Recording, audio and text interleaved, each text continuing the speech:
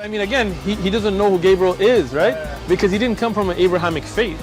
The people of Mecca were pagan. Quran is mentioned, if this book was from other than God, they would have found in it many contradictions. If a book is without contradictions, that has no bearing on whether it comes from God or not. I've had phone books that are inerrant, but I certainly don't think God gave them. That we believe without understanding. The brother asked a very important question, that most of the scholars say that listening to music, watching movies, and most of the television programs, they're haram. So how can we have fun? Let me tell you, brother, at the outset, that having fun is permitted in Islam as long as the fun is halal fun. That the standard narrative has holes in it. The Prophet tells us because Satan or the devil sleeps over our nostrils. Those who oversleep and not pray Fajr on time, Satan urinates in their ears. I really do think Jesus was crucified and that he really was dead and buried. He thought that he was a son of God in the sense that he was specially chosen by God. I think Jesus really did think he was going to be the Messiah, the future king of Israel. I mean, that is, after all, why they crucified him.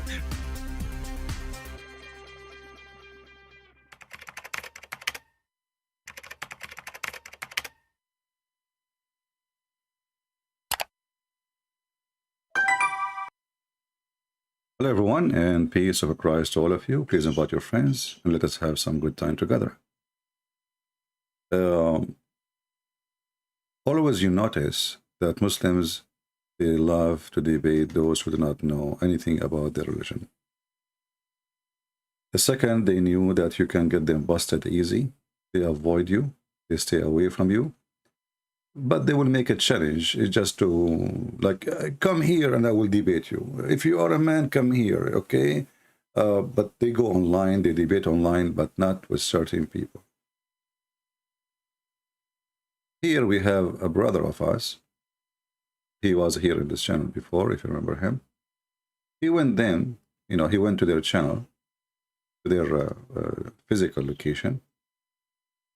And look what they said to him. I wasn't here. What's up, Maz? You good, man? Alhamdulillah. What's your name? Alhamdulillah. Mishael. I forgot that. I was going. All right, I need to use it like a million times. But if you guys want to take videos and stuff, you can come when the Sheikh is here. Yeah, because we prefer, like, if you want to talk to him, like, we don't really like to do any of the like talks or anything. It won't be on you. We're not here to debate. Like, I'm not debating either. I only ask questions, guys. You know me. no, but still, like, I don't like to be on camera. Like most of the brothers you see, Uthman is the only one on camera, so we don't like to go on YouTube and like to talk. So okay, so if someone comes up and I'm just recording just me, it's my voice, just me, recorded on me, not even pointing at you. Still no? It's no point. I think it's good. It's good for conversation. I don't think it's good. Because look, a lot of people don't have these conversations. They are, it's a lot of, vitriol, a lot of fighting, a lot of bad energy. But if we could be shown that Christians and Muslims could have these conversations without any animosity, it's extremely possible. It's better for you to talk to Sheikh Uthman because he's not here. One that has knowledge, right? He's not here. You guys have knowledge too. Next week, inshallah. You don't have knowledge? Not really. Yes, you do. You're over here doing dawah. Yeah. So you can literally tell me why I should become a Muslim. You can tell me now, right? Have you read this one? You tell me. No, I don't. What is that? A brief illustrated guide to understanding Islam. What is it about? I would rather talk to from the horse's mouth. That is how I learned. Asking me, yes. So don't read it up. I have you right here. This is better than me. Okay, let me ask you this: why, as a Christian, why should I be a Muslim? Just give you a book. No, I'm okay. Avery, we're not here to debate, bro. I'm not here to debate either. I'm not here to debate either. They will not debate. Suddenly, they do not know dawah. Suddenly, they have a booth in the street, and to tell people about Islam, they don't even want to tell that guy about Islam. You just say to them, okay, I'm not debating you, just tell me why I should convert to Islam. They give him a booklet. Because now they learn that whatever they say to him is not only him is going to do fact check, there's a lot of people that are going to go and get them busted.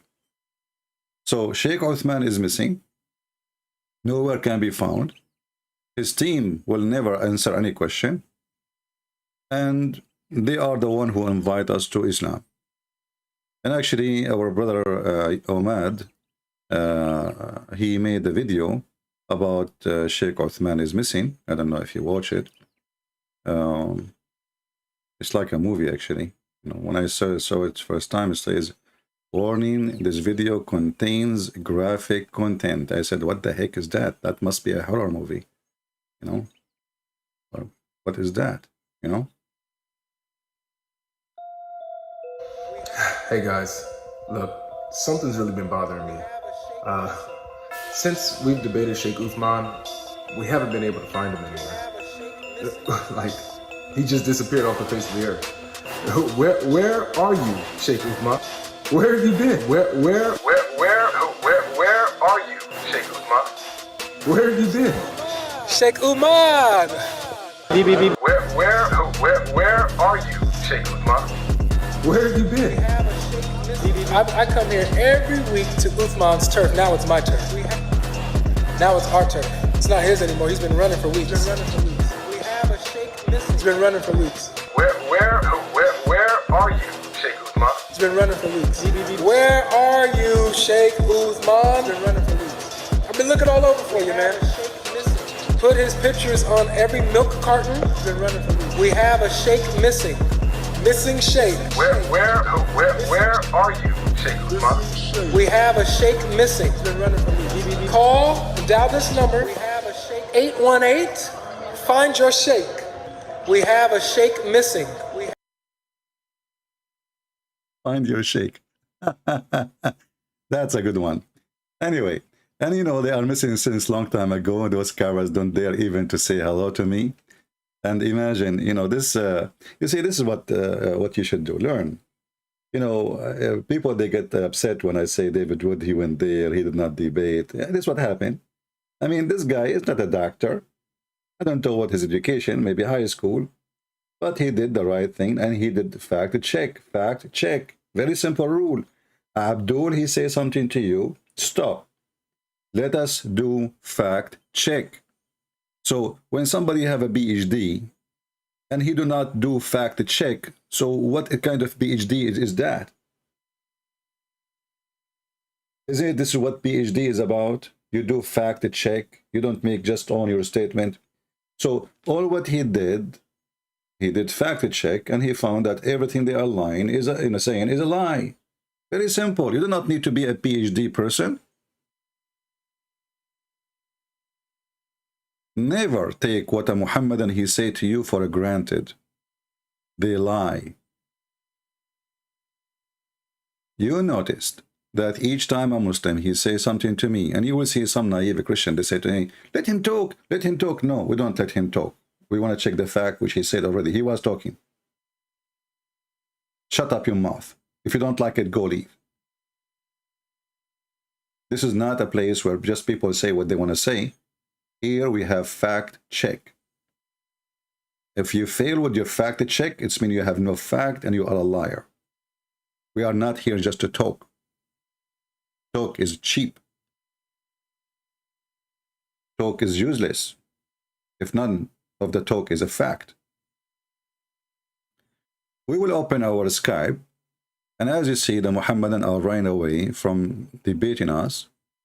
And I'm glad to see some young Christians, they are doing a good job, and they are learning how to do fact check on the lies of Islam.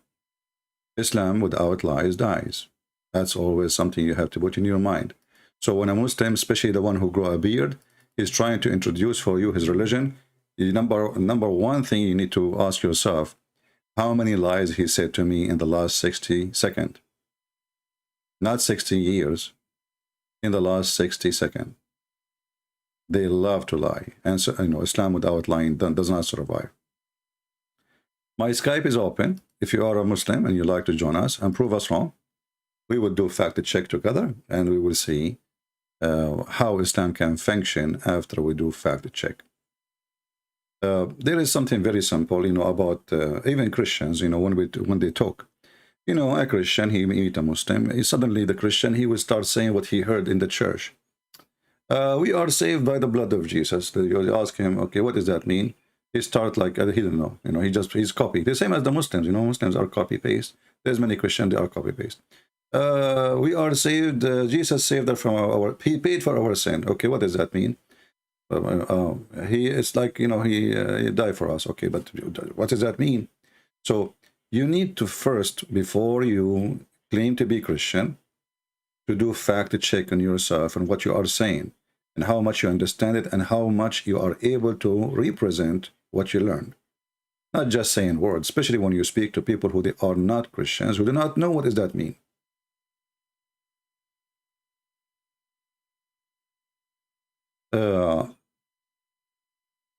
One of you here just asked me in Patreon, and we said 1,000,000 times, don't send me email in Patreon asking questions. We are here. I go almost every day live. Ask me the question. He said, in Ahmadiyya, he said to him, why you don't follow the Sabbath?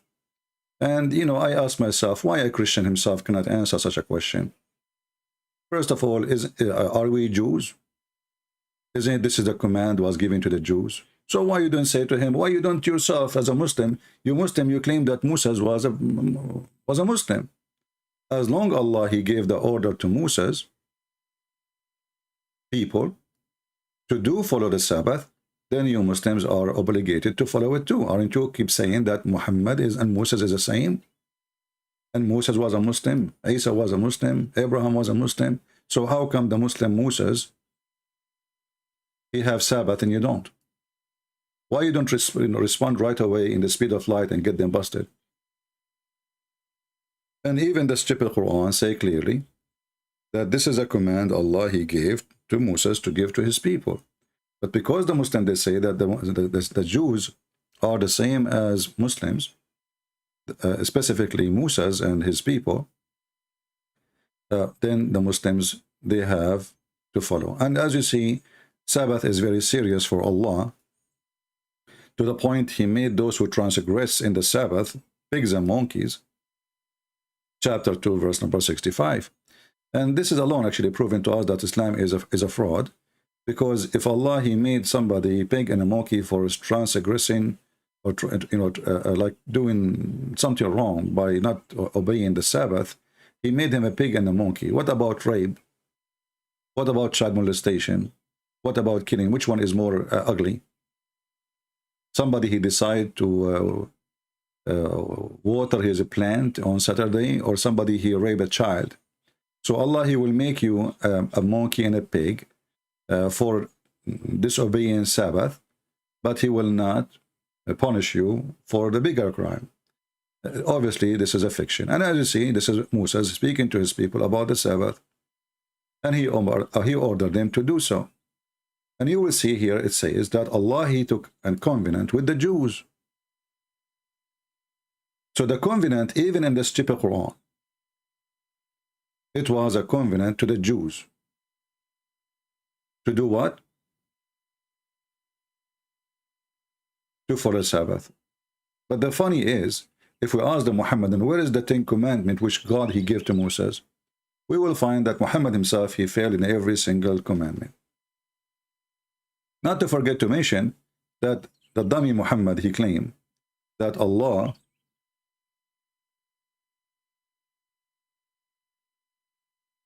he misled the Christians and the Jews from following the right day. According to the stupid Muhammad, the right day is Friday. And Allah misled the Christians, deceived them. You see, it says in Arabic, adalah, adalah. You see, the Muslim translate, they say diverted. That's a lie. There's a huge difference between the diverted and adalah. Adalah means he deceived. You can open a dictionary. And this is the Arabic in the front of you, adalah. And this is a better translation, which is funny. The same website, the same hadith, different translation. Look here, it says, the Messenger of Allah said, Allah led those who come before us astray. Did you see it? So when a dummy Abdul, he asks you, why you don't follow Saturday? You say to him, well, Allah, he deceived us from following the Saturday. So look what it says here. Allah, he led those who come before us astray from Friday. Saturday, which means Allah, he misled the Jews from Friday, he gave them Saturday. And Allah, he misled the Christians, and he gave them Sunday. So this is what you say when Abdul, he asks you. A person who have no religion, how he question even about Sabbath? What do Muslims have to do with the Sabbath? What do you know about the Sabbath? What a brainwash ummah they are. Now, do we have any Muslim here there to call us? And you will see somebody will ask me the same question tomorrow. Well, you know, how we can answer. You know, and the guy is saying to me, the Ahmadiyya, the Qaidaniya. I mean, those guys, their Messiah, he died because of shit. They claim they have a Messiah, and this Messiah, he died because of cholera, diarrhea. So they are worried about our Sabbath, but they are not worried about Messiah. Their Messiah died because of cholera. I mean, you know, the Messiah is the one who healed people, right? So how the one who healed people die because of shit? If you remember last time we showed you the Ahmadiyya they have in their website, they says those who accuse the Messiah, peace be upon him, they are talking about their Messiah, Ahmad Mirza Ghulam, that he is a false Messiah because he died because of diarrhea. They do not know that the same reason proved that he is the Messiah. So according to them, because he died because of diarrhea, he must be the Messiah. Can you believe it? So a person who follows a person who died because of diarrhea, he is not worried how this person can be the Messiah, but he is going to question you about Sabbath. The religion of fornication, the religion of sleeping around, the religion of child molestation, the religion of theft, the religion of no ethic, the religion of cheating, the religion of lying, and then they say to you, why you don't follow Sabbath?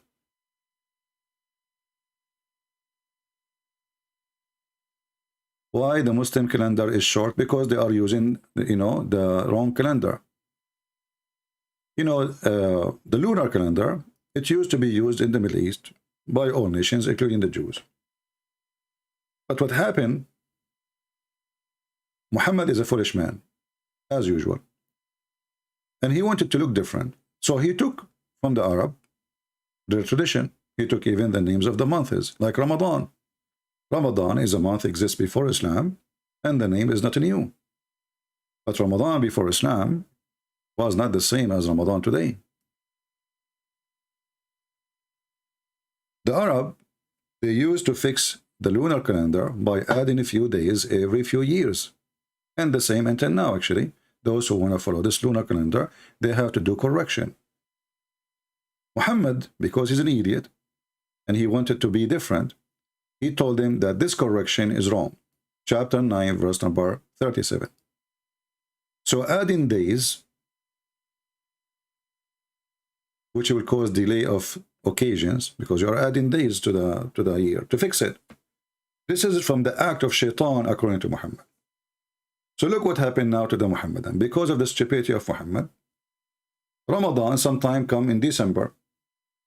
Ramadan sometime come in January, July, September, October, etc. Every year have to move few days. Why? Because the Syrian Muhammad, he decided to act differently. He don't want this correction. And who is the one who told him to do that? Supposedly Allah. And this is additional proof that Allah is a stupid God, aka Muhammad. How we can celebrate? When is the birthday of Muhammad? The Muslims, they say to you, when the birthday of Jesus, right? They say to you, when was the birthday of Jesus? And then you say to them, oh, we celebrated Christmas, but this is not really the birthday, right? The Muslims, they question, how come you celebrate in December 25th? Well, what about we question, how come the birthday of your prophet?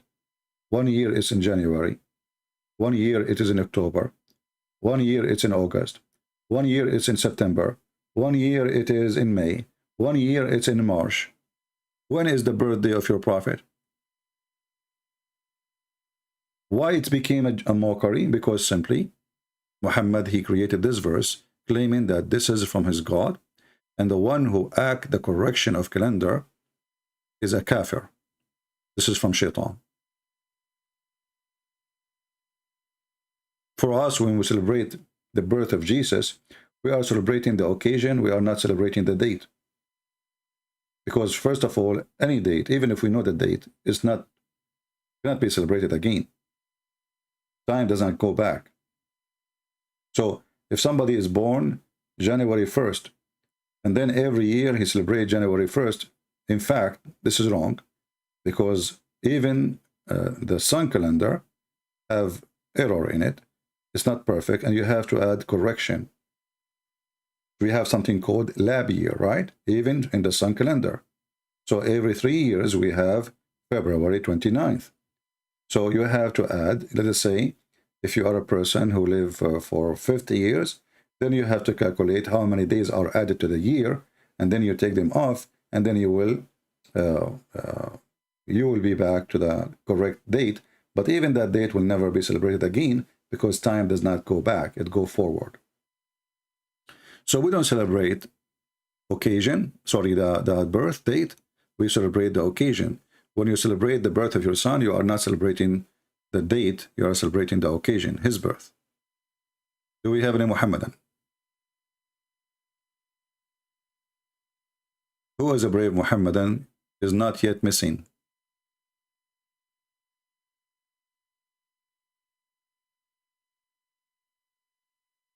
Anyone? Who is a Muhammadan would like to join us and show us his intelligence? As you see, your Sheikh is missing. Your Allah is missing. Where is your Allah to answer us? You see, when the God of Islam, he decided to become smarter, so he decided to make a threat to the Christians. So what he said to them? He said, Christian friends, if you don't believe in me, okay, I am going to erase your face. I'm going to erase your eyebrows. Man. I'm going to make your face backward. What the heck? You go to Christian Prince to shake hands with him in the front, you find his face in the back. All of this was made by Muhammad as a threat to believe in Muhammad right now. And nobody believed. But not a single person, Allah, he did erase his face,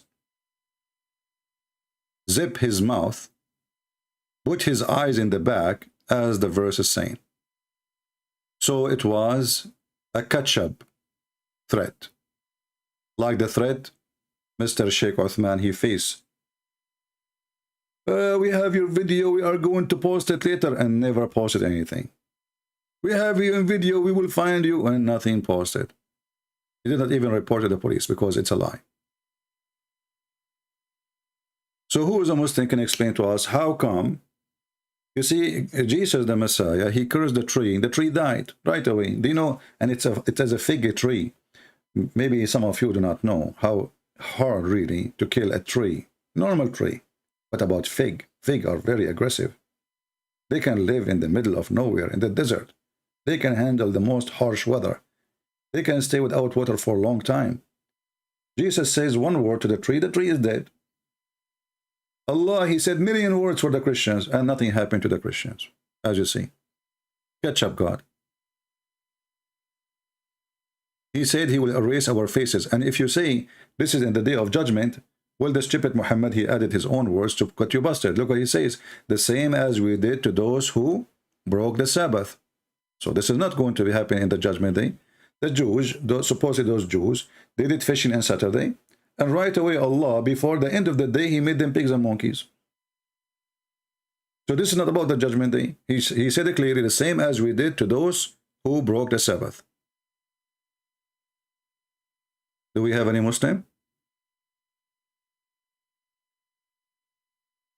Who is a beautiful Muslim? Sponsored by Allah. Because remember, Allah will give you all the answers you are looking for.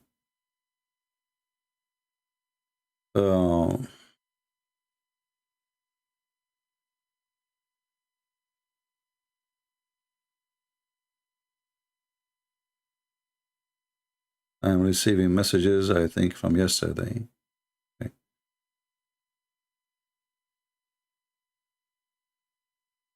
okay, this is a Muslim, but this is today. All right, let's see this Abdul.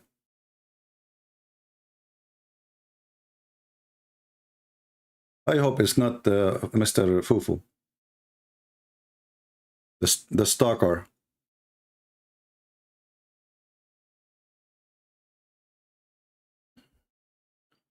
You will notice always that Muslims, they are copy paste machine, and their answers, because it is copy paste, it's foolish. We are calling this guy, he is not answering. He is not answering. Let us see someone else. If you are a Muslim, text me and I will call you.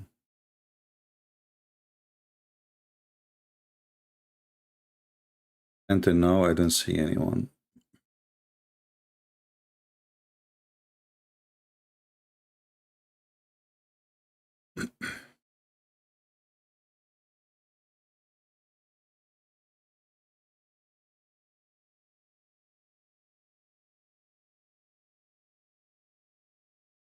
Okay. Well, until we find somebody who is willing to answer our phone call, we will continue. So what is the proof really that Islam is coming from God? As you see, this book is full of false statements, silly statements, empty threat, and illogical against their own religion. As an example. No, this Muslim saying, please call. Let us see.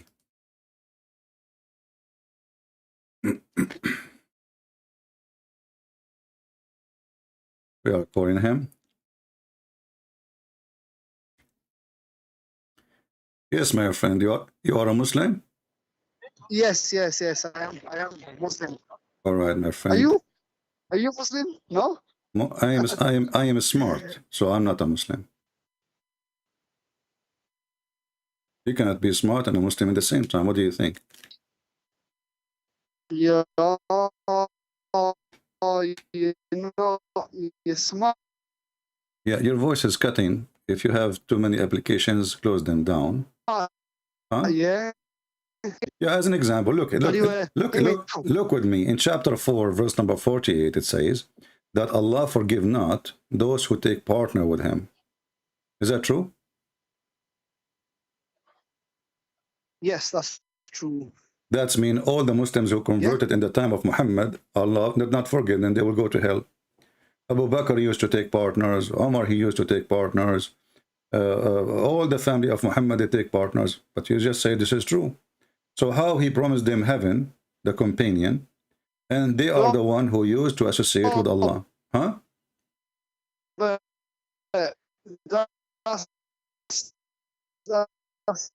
I cannot understand you, my friend. No, but if they no, but hear me out, please. If they, My friend, I cannot understand the word. I cannot understand you. I cannot understand you. Sorry. I mean, I'm trying, but this is doesn't work. But as you see here, guys, I mean, this is silly. Allah forgive not. The Muslim, they will answer. They will say, oh, this is if you die and you did not repent yet. No. That is a lie. Because all forgiveness have to be done not after you die. To make it simple for you, the moment of death is the moment nothing can be accepted anymore, which means you cannot pray anyway, unless you are a Muslim. They believe, right? Sometime, you know, some Muslim, they say there's a punishment of the grave, but this is not about prayer no more. That's it. You are in the grave. That's it. Your words, your statement, your prayer, your act, already it is there, and you are dead. So when Allah will forgive you?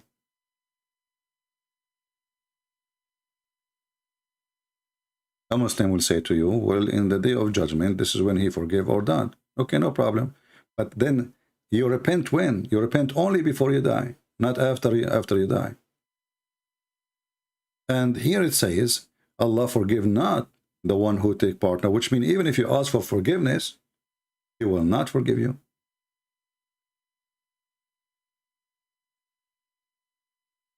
Because forgiving have to be done, the acceptance of forgiving, let us say the application, has to be sent before you die. So in order to send the application to be forgiven, you have to send it when you are alive. After you die, you cannot send it no more. And the verse is so clear. And there's more verses actually. Getting this one is more, more clear.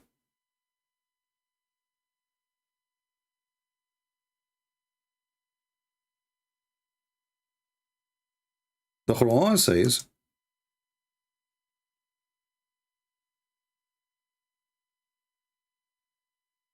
how Allah can forgive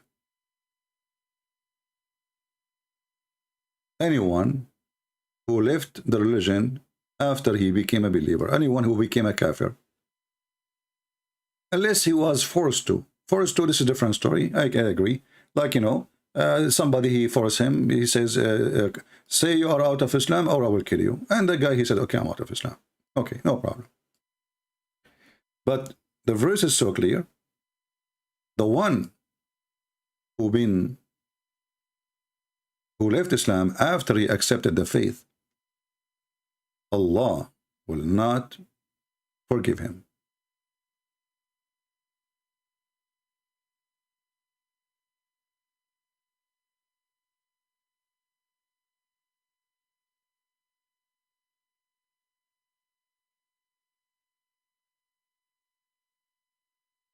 And there is more verses.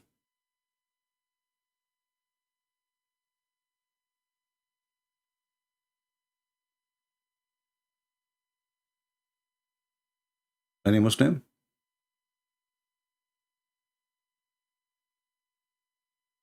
You want to call me so we can show more verses?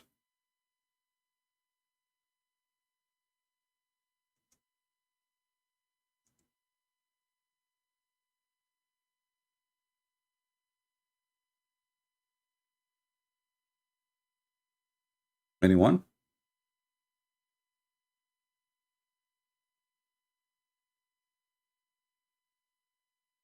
We go to different verse just to show you that everything we say is consistent.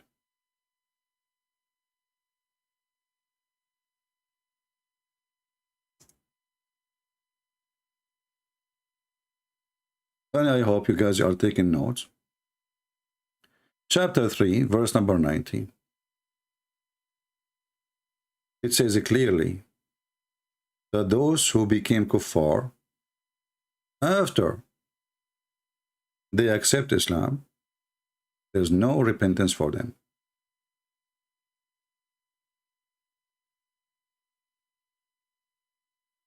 So this is a person, he's alive. He was a Muslim. He left Islam. And now he went back to be a Muslim.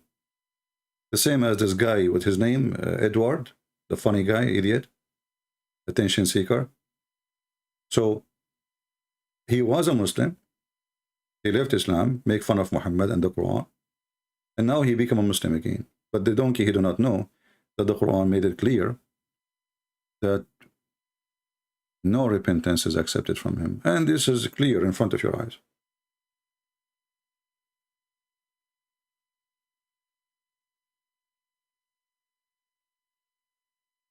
Do we have any Muhammadan?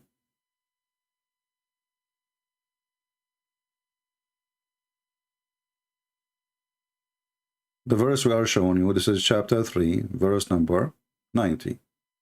Let us put them next to each other so you can... This is the one, it says, the one who leave Islam and come back to Islam, it's not accepted from him. But you will notice that the Muslim, they will not say that to somebody when I come back to Islam. They will say, brother, yeah, Allah, He can forgive you, brother. No problem, brother. Just come back to Islam, brother, But the verse in front of you.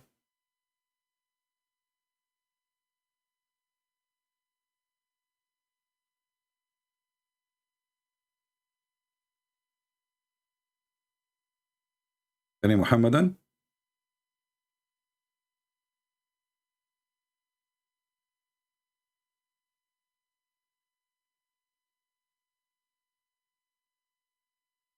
You see, guys, some people, they are diverting you from our topic, and we see people talking about Israel and Palestine. Wake up and focus with me. If you want to refute a Muslim about Israel, don't be a foolish, and don't quote for him from the Bible, quote to him from his book. The Quran confirmed that this is the land of the Jews. Don't waste your time. They don't believe in the Bible anyway. Chapter 5, verse number 21. It says, "O my people, enter the Holy Land which Allah has assigned to you." Who is talking? Moses. End. That's it. Focus. Learn. Get them busted. They are stupid, are you? When you quote verses from the Bible to show him that he is wrong, I mean, how smart you are. This guy, he don't believe in the Bible. But when you show him from his stupid book that he is wrong, then what he will say? He will say that the Quran is weak. The Quran is a lie. Learn. When Muhammad himself, he says that the one who built Jerusalem is Solomon, the son of David. Can he refuse that?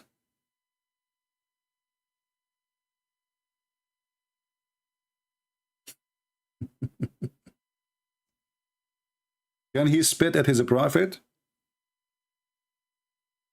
Can he?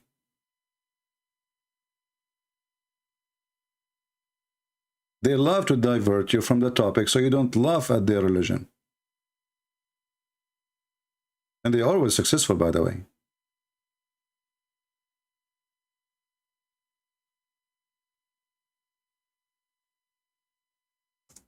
Do we have any Muslim?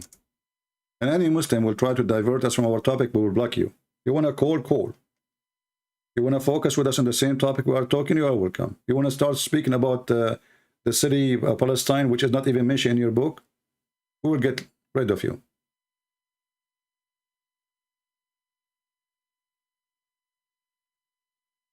Any Muhammadan have a comment?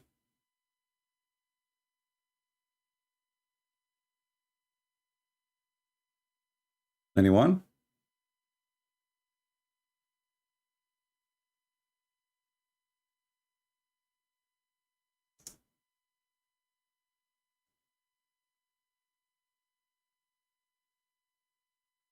If we read here, let us see if we can find the reference for you.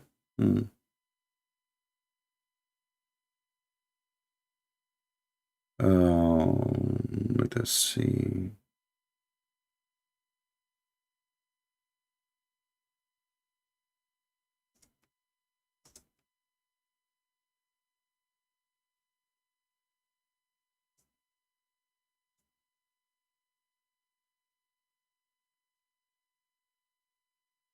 Okay, we cannot find this one. We will find the other one.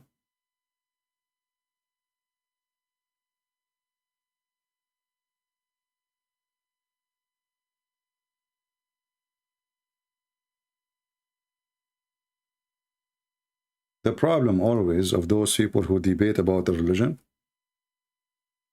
most of them, they are copy-paste, preoccupied brain with answers. They don't have their own answers and they don't do their own search. Remember always, when you speak to a Muslim, you are speaking to a Muslim person who hates your book and you don't accept it.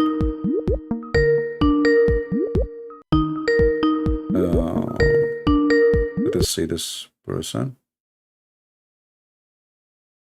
Hello? Hello?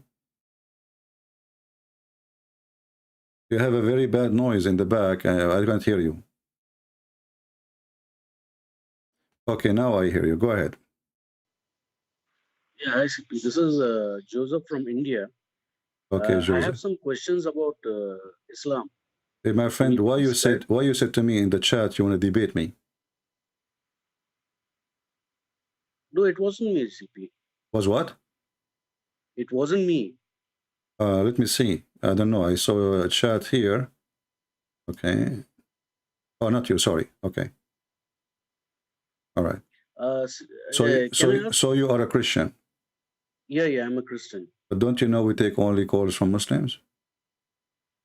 No, but actually, I wanted to know something about Islam. That is why I wanted to. Okay, give me the ask you, question sir. first, please. And remember, please, you know, we have time for Christians to call and time for Muslims to call. What is your question? Okay, sir. My first question is, I was going through some websites where I found out that Al-Tabri says that Jesus was crucified. Is it right or wrong? Is it right or wrong? And my second question is, does the word nikah ever appears in the Quran? Nikah? Nikah. The word in the Quran appear, yeah, but as like inkahu, you know, which mean an order, you know. It's the same word, Okay. but it's an order, yeah. And nikah does not mean marriage. Nikah mean to F. This is why the Prophet, he said, when your wife, she have menstruation, do everything with her except nikah. You know, if nikah mean marriage, well, she is your wife already, so what marriage? So when your wife, she have menstruation, do everything except the nikah. And then about the interpretation of the Messiah being crucified or not, the Muslim, they have tons of books, and they themselves confused because simply the Quran says they are not sure of what happened, and Allah will judge between them in the day of judgment. Okay. Okay, that's all. Okay. Yeah, and nikah. That can you give me the verse and the chapter, CP? Well, let us see the hadith first. This is because this will help you better.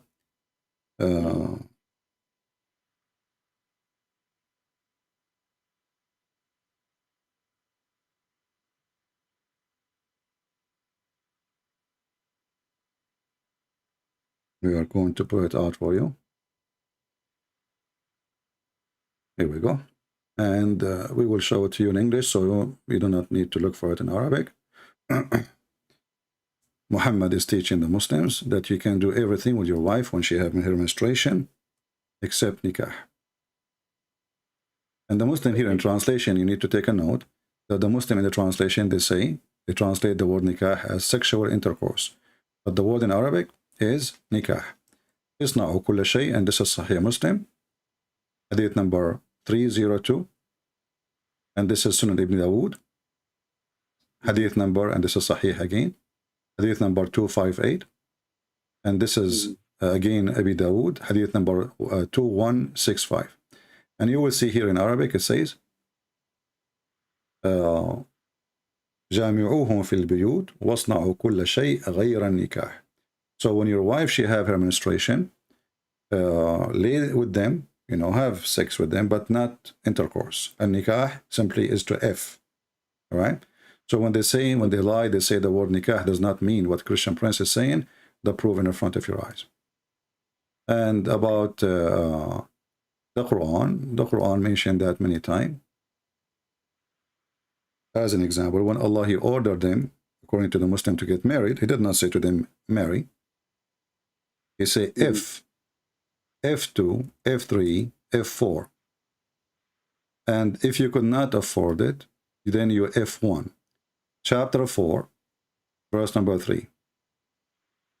Chapter 4, verse number 3. Okay. Yeah, the word there is inkahu, which mean to F them, F2, F3. And you will see the Quran did not start even with 1, start with 2 and 3 and 4. And then if you could not afford it, the word here tadru, the Muslim, they justify it as you cannot afford all of those, then you go for 1, which means the good Muslim is the one who have more in his house. And then in 114, the same chapter says that any will never be just. So the Quran is a stupid book. How you say to them, go and F2 and 3 and 4, and then if you cannot be just, then and you will never be just, you know. Yeah. So actually, let's see. لن تعدلوا. Hold on, give me a second just to remember exactly the verse.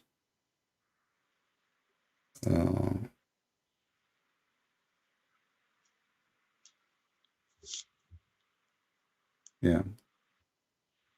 See, actually, 4:129. So chapter 4:3, it says, do F2 and 3 and 4 if you can be just. And then chapter 4, verse 1 to 129, it says, and you will never be just. So the Quran obviously is a stupid book. How you say to them, go and F2 and 3 and 4, and if you cannot be just, then 1. And then the same chapter, verse number 129 says, and you will never be just. All right, my friend, thank you for calling. Okay, thanks. Yeah. Let us see.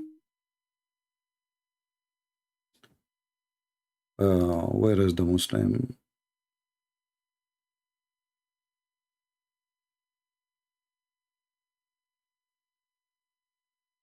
Let us see this guy. If you are a Muhammadan, text me, please, so we can have some of your great knowledge. We like to speak to smart Muslims because they are rare. I'm trying to call this guy and it doesn't work. Okay, well, this person is not working.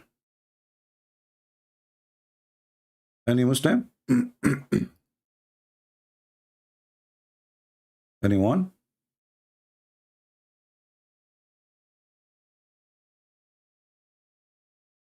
As you see, the Quran is a book of dilemma and too many contradictions and too many stupid things. So in one hand, Allah, he says, if you cannot be just, then you go and do one. And then the same chapter says, and no man can be just with women. You cannot. You will never be able to be fair and just between women. So he put a condition, and then he told you that the condition is impossible. And he made it clear to you that you should go and have 2, and have 3, and have 4. And if you could not be just, which is about, to be equal, treat them equally, mostly about women, about money, because Muslims really, they don't care for just. As you see, Muhammad himself, he was not just with his wives. And actually, even the statement here about 1 and 2, 2 and 3 and 4, I believe in the beginning of Islam, Muslim, they did not take it as 4 wives. They took it as 9. 2 plus 3 plus 4. And then if you go and check in the history, you will see how many wives the earliest Muslims they have. Then the Muslim, they will say to you, the hadith, that the Prophet says, any one of you have more than 4, let him divorce the rest. But this is not really the Quran. This is a hadith. We do not know if it's true or not.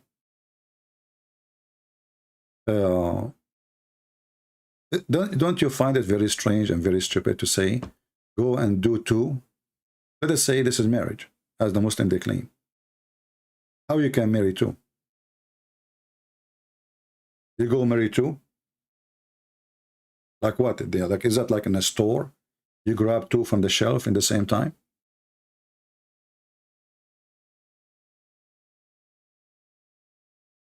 The language is stupid because the language is not giving us really a right meaning. Because nobody can go and get 2 in the same time. How that happen? He go to the grocery store, he told him to the guy, can you get me 2 women? How you can get 2 women in the same time? So do, and actually the whole phrase here is stupid. Look, and if you cannot be just with the orphan, what the orphan have to do with this? Because Muslims are having sex with the children. So Muhammad told them, go and have sex with the orphans, and this is the charity. Have you ever heard of a charity like this? You rape a child so you can feed him? So if you cannot be just with the orphan, the Muslim false translation says, marry women of your choice. The fact it says, inkahu, not women of my choice, no. whatever your taste is, whatever your taste, like your desire. Tab, coming from tayyib. Tayyib mean tasty. So, ma taba lakum min nisa, whatever tasty women you like to have, starting with two. And you see the translation says here, or, but the fact it doesn't say or. In Arabic it says, mathna wa thalath, 2 and 3 and 4. So the Muslim, in order to fix the stupid Quran, they added or. In fact, it says and that will make a huge difference, because if it's or, then the number is correct. 2 or 3. You cannot have 2 and 3, you know. He didn't in the number, but think about it. 2 or 3. 2 or 3. But we can make it 2 and 2. That was still 4. So what is that? This is silly. So 2 or 3 or 4. But in the Arabic, nowhere it says 2 or 3 or 4. It says mathna wa thalath wa ruba'. And here, if you go and change the translator, let's see. This is Yusuf Ali. Let us see different translation. Itani. Same false translation.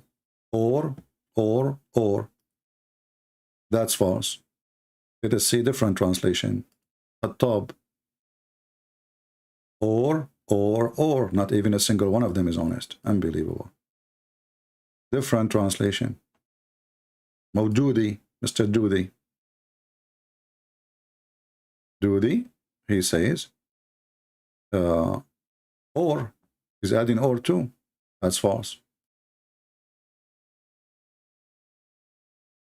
Muhammad Asad, I think they copy from each other. I don't think they are making translation really.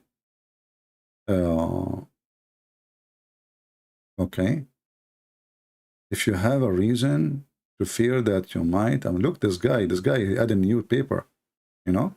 What if you have, okay, a reason, okay. So, 2 or 3 or 4, the same garbage. I don't think we will find one of them is honest. All of them, they are saying or. But the easiest way to do it, this is the letter, wa, here, this letter, wa, let us zoom in.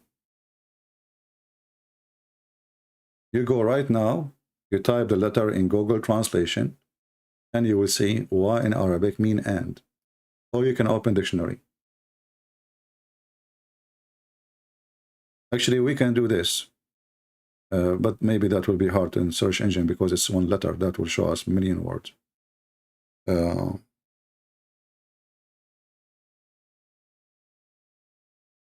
will use Google Translation, peace be upon him.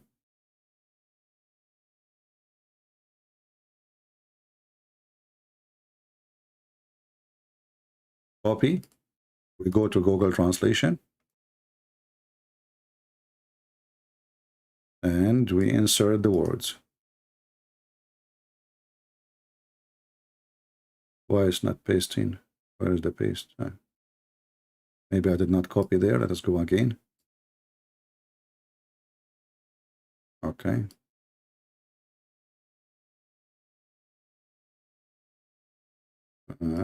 Okay, let's just do this. I don't know, for some reason it's not pasting. Here we go. See? It is and.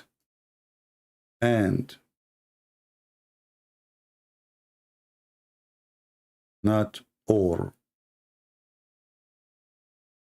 They lie. Because if they translate it correctly, that will cause a problem. Or that will make it 9. Because 2 and 3 and 4 is not the same as 2 or 3 or 4. And remember, Islam without lies dies.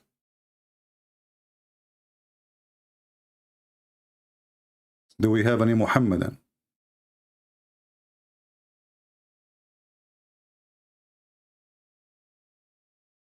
Don't forget to share with your friends, those who they are waiting for us in the Christian Prince. How many times we say to you that any channel of mine, it can be disappearing any second.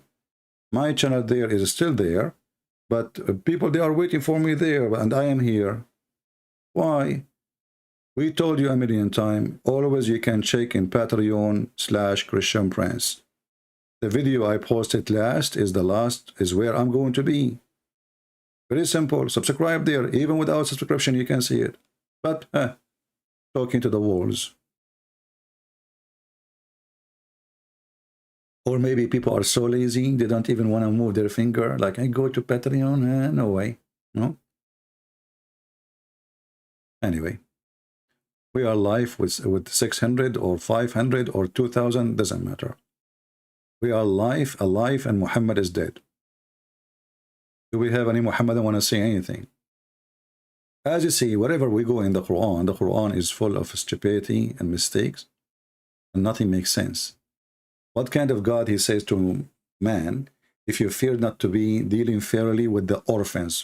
What does have to do with sex? Then go and F2.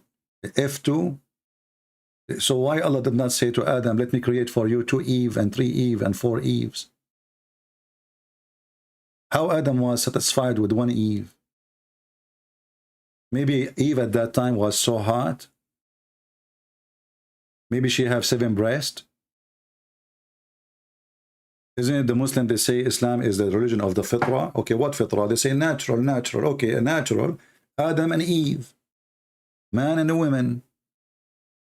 Are we chickens? 1 rooster and 10 chickens?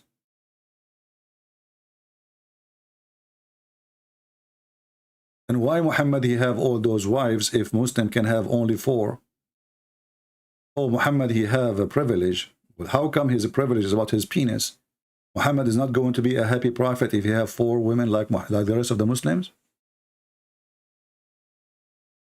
And then we find that the wives of Muhammad, they are fighting, pulling the hair of each other, breaking dishes.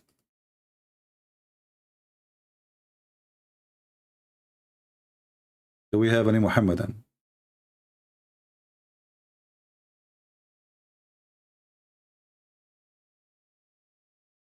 Any Muhammadan? I'm thinking to convert to Islam and get my share of women. And then I leave Islam. And then convert to Islam.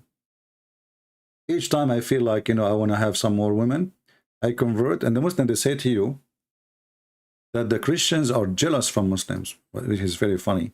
We can be Muslims by saying 1 sentence. What jealous?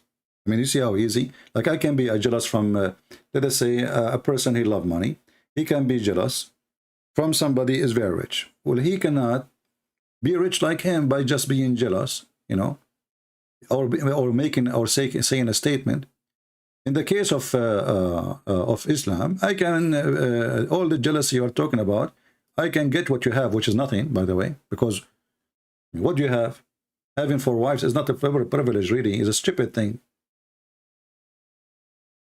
This is a curse. 4 wives, 4 mother-in-law, 70 kids. You will live like a donkey.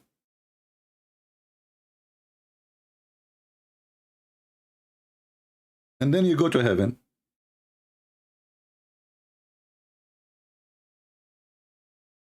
And what you do in heaven? You are holding your penis all day long. You don't even have time to drink water.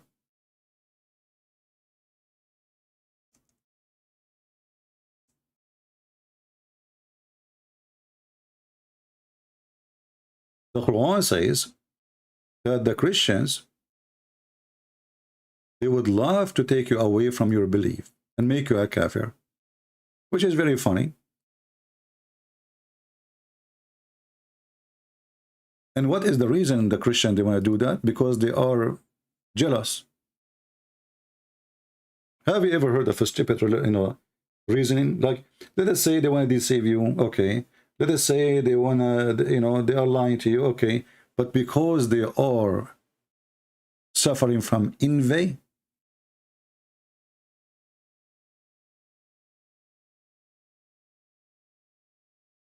huh? We can become a Muslim by saying a Shahada. It takes us 2 seconds. This is the reason the Christian, they want you to leave Islam. Because they have envy. Is that because your roads are messed up and there is no security, there's no safety in Islamic countries? A woman, she can't walk alone in the street to the point she need a guardian? You see how secure Islamic countries is? A woman, she cannot be safe in the bus, even if there's 1,000 men, because they will molest her.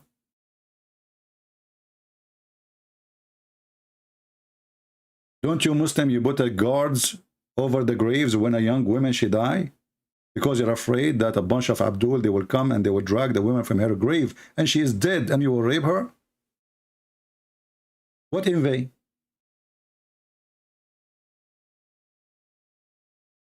Your children have no education. Go to the Middle East.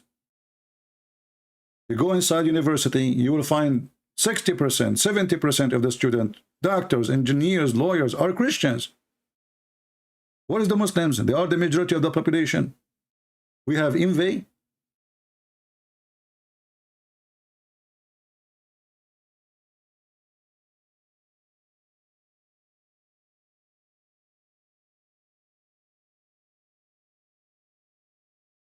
Any Abdul?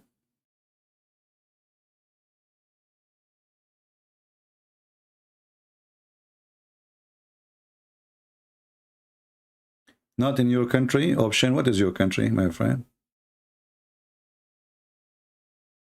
What is your country?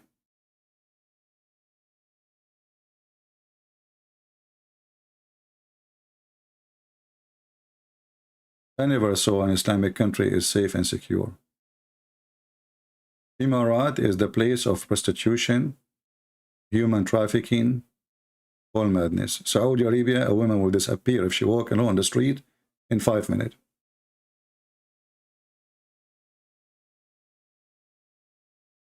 There is Syria. Syria is more horrible. Syria now, they kidnap you just to take your money. Syria. Look what this guy is saying. Syria. Good luck with that.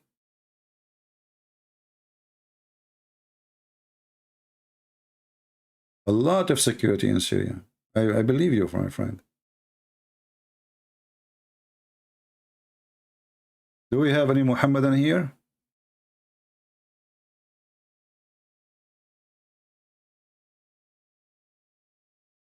Any brave Muslim would like to call us, join us, show us something good about Muhammad? We can change topic for you.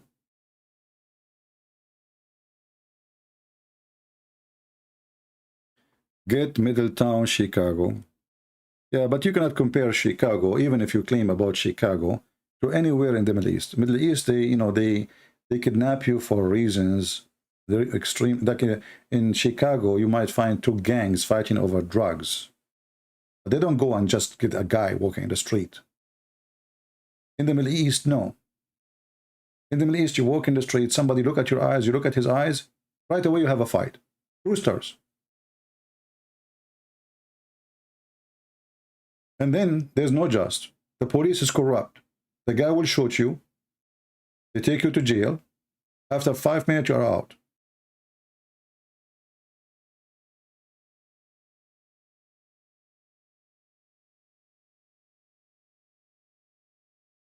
My friend, option select. Your country before war is no better. Because if you are not kidnapped from the terrorist, you will be kidnapped from the government. Give me a break, my friend. How you can have security if the security themselves are the one who will kidnap you? We know all the laundry of the Middle East. All of it. Open your mouth, speak one word against your government. You and your family will disappear. And you are telling me you have a security?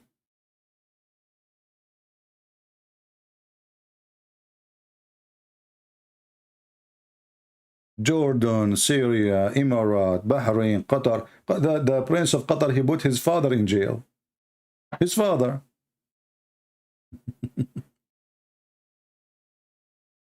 And the king of Jordan right now, he stripped his brother from his rights. The Arab, we know what the Middle East is. The number one people who betray, number one people who stab you in the back. Nobody is so good in stabbing in the back as people in the Middle East. Not Middle Eastern, you know. If you go to Israel right now, 95% of the crimes is in the Arab territory. And I challenge anyone to say to me, I'm lying. Arab territory. Drugs, prostitutions, kidnapping, killing, theft, you name it. In the heart of Israel.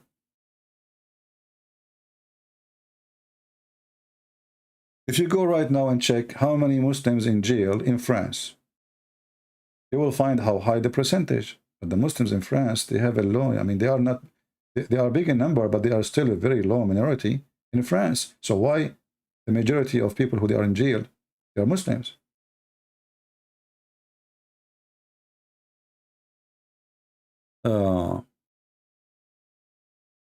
For sure, religion have a huge impact in the behavior of a human being.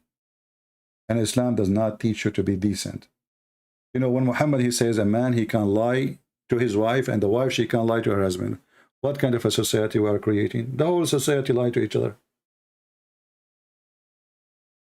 This is why, you know, people, they ask me, what do you think about Middle Eastern? I say, I'm the last one to shake hand with Middle Eastern people. For sure, there is exception. But generally speaking, they are lying people. They are hypocrite. And not only Muslim, by the way. Muslims, Christian, doesn't matter. The whole culture is corrupt. You go to a person, you visit him, hey, they give you a hug, how you doing, we miss you, and even they kiss you, by the way. And then the second you leave, they start talking about you, about your wife, about your family. I mean, they rip you apart. This is the Middle East. And they are so proud. Each one of them, he thinks that he is coming from heaven. They are the highest, like, look at the American, disgusting American. Look at the European, man. Those European are disgusting, you know. And then you look at them, you see nothing but a piece of shit. Your street is full of garbage. Your government is corrupt. You yourself is a thief. You take a bribe if you can. You cheat on your wife if you get opportunity. As soon you give him opportunity. Like a Middle Eastern man, he go overseas. The company, they send him for a job. Okay? The first thing he do, he go to nightclub. Finally, he's free. But they are the one who say the name of Allah. And everything that, inshallah, mashallah, alhamdulillah, nobody mentioned the name of Allah as they do. But they are number one cheaters in the world.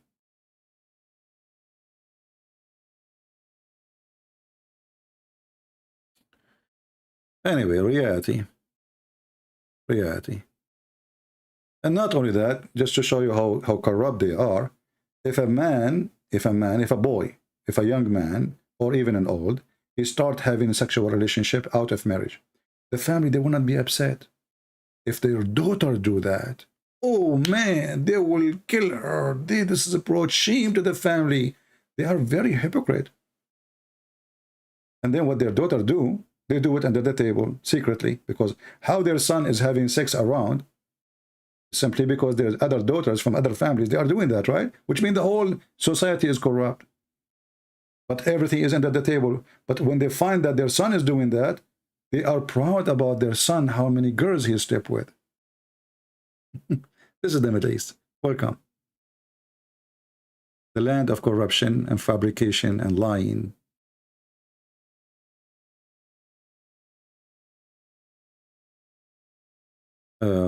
You know, at least in America, if a guy he have a girlfriend, he say, I have a girlfriend. They do, you know. Everything is under the table. They drink alcohol. A'udhu billah, a'udhu billah. The second you give them like a closed door and nobody knows, like a guys who drink, the party started. Drugs, hashish, prostitution. They bring one girl and 10 guys, and one after one they sleep with her. Go learn. And then they school you about the ethic in the Middle East.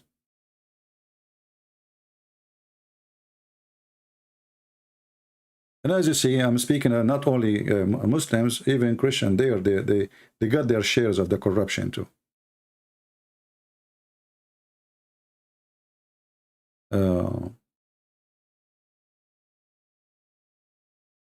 Do we have any Muhammadan?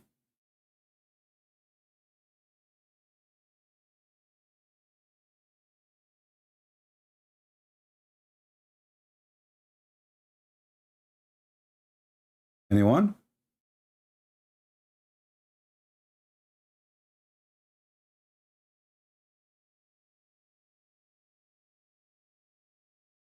And you know why they will act good if their prophet was a corrupt man? He went to his own son's house when the husband is not there, and he flirted with the wife.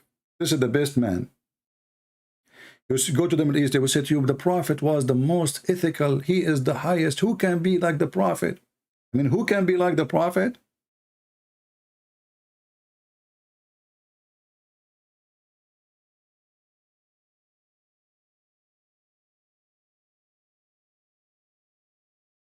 Do we have any brave Muhammadan would like to say something to us? Good.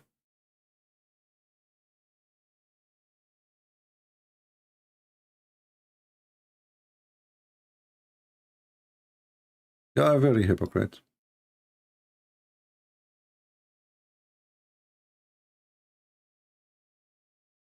Any Muhammadan, Mayday, Mayday. If you call us my friend and you defend your religion, Allah will increase the numbers of the virgins you will receive. For you are doing jihad. You will get extra virgins, and even their ass will be bigger. Like the normal ass is 1 mile. How in the world the prophet, he promised them 1 mile ass women? And what does that mean? So the Muslim, like there's some hadith says the man will be 90 kilometers tall, and the woman, she will be 30 kilometers high. Some hadith says that he will be the same as Adam. I remember once I was doing a seminar in the Philippines, and I was showing a hadith where it says that in the day people, they go to heaven, the Muslims, all of them, they will look like Joseph. All of them, they will look like Joseph. Joseph supposedly was very handsome in the Quran, that when the women, they saw him, and they were using knives to do vegetables, because he's so good looking, they cut their hands. Like, I mean, come on, you see Joseph? You cannot. And they start cutting their hands, and they did not notice that they are cutting their hands because he's so good looking. So I was showing to them the hadith about they will look like Joseph, and there was a guy, a Christian brother, his name is Joseph, and he put his hand up. He says, they will look like me. The guy, he looked really, God bless him, he have no teeth, you know, he don't look good at all.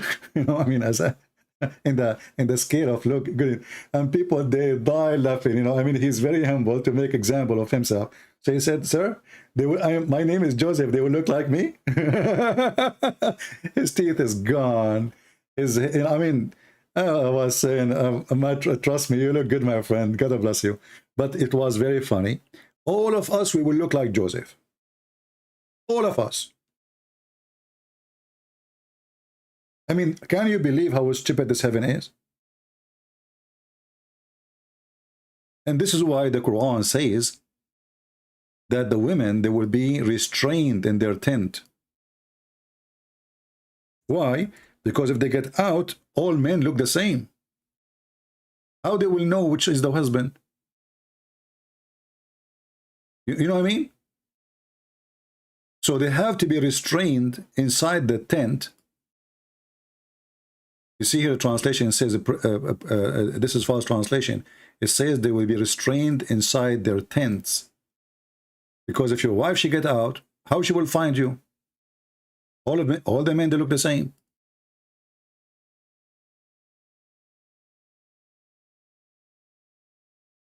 And not only that, all the women look the same, especially the hur.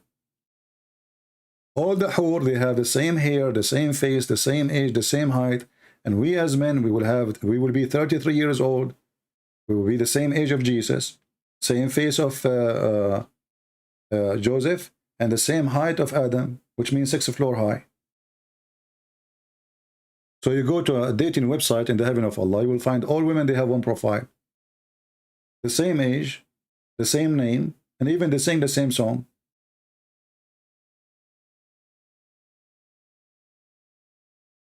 And you know, if all the women, they look the same, so what's the point of having many of them?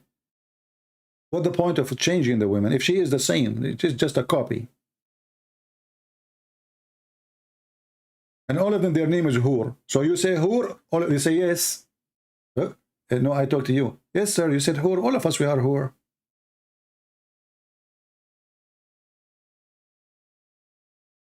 What kind of religion this religion is? And then the women, she will wear 70 veil, and all of them, they are see-through. And not only that, even the bones of those women, you can see through.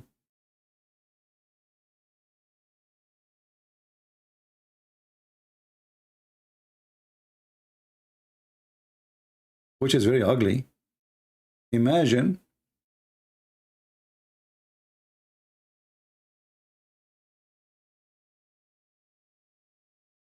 we are looking now, this hadith is about boogers. I'm looking for something and the boogers is coming in front of me. In case you do not know, the Muslims, they have a big problem in the time of the Prophet with boogers, because Muslims, they used to put their boogers in the wall, in the floor, everywhere. But this is not what we are looking for.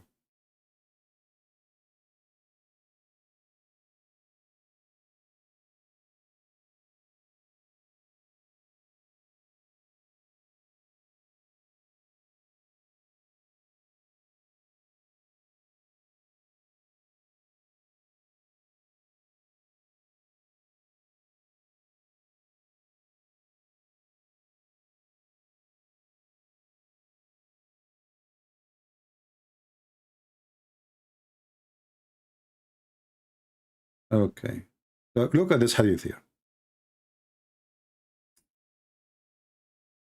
Ibn Umar reported from the Prophet saying, paradise is decorated for Ramadan from the beginning of the year till the following year.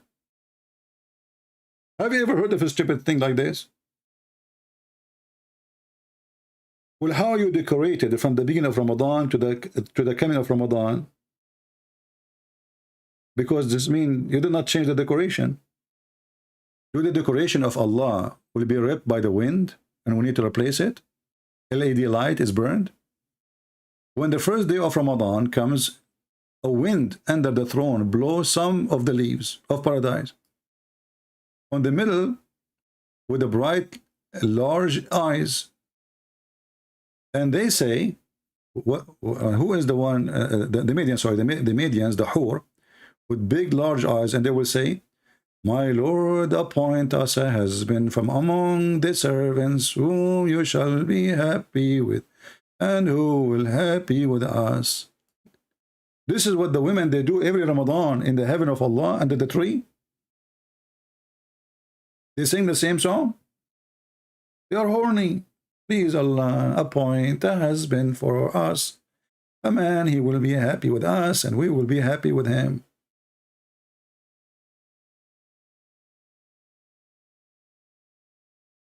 And you will notice that those women's songs activated with the winds, not with the Bluetooth.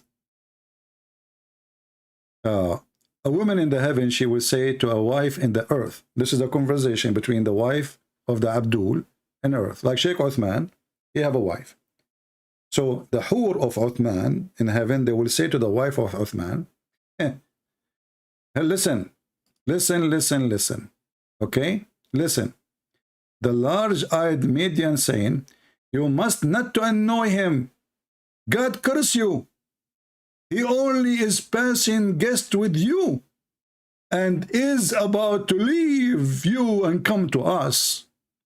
I'm telling you, women are aggressive, man. So those are the Hur saying that to a married woman, and she is a Muslim in earth. Stupid you. Don't annoy him, okay? He is for us. He is there temporarily. This is what Muhammad was busy with. Telling fiction, stupid stories. And those people, they are, the women are fighting over me. That's good. So good to be true.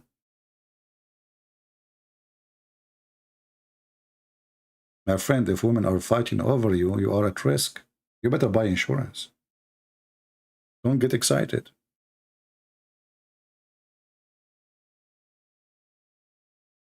Any Abdul?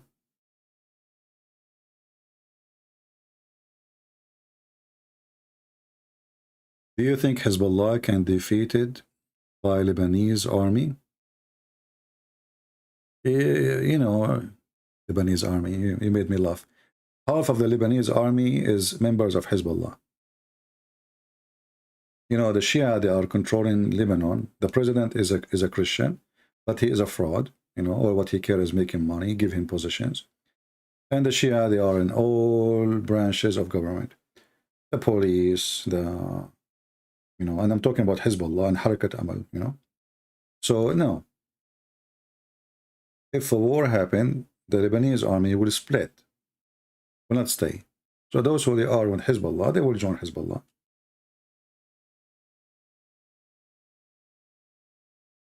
The only one can defeat them is Israel. And if the Christians decide to go to war, they can defeat them too. But the Christians, they are divided. Do we have any Abdul? Anyone? I'm waiting for my package, the one in heaven. See, if any female of you here bother me, do you know what the whore waiting for me in heaven will say to you?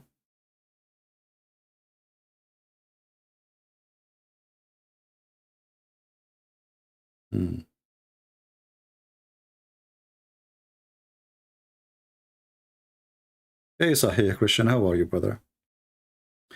This guy, Sahih Christian, is an old brother of mine. I have known him for many years. And he used to come to my chat room almost every day in Paltalk. So we have long years. You know. A great person. But as long as you are here, Sahih Christian, let us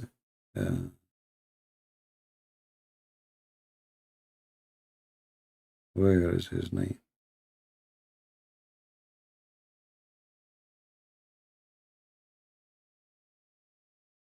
Here we go. You are a moderator. Do we have any Muslim here?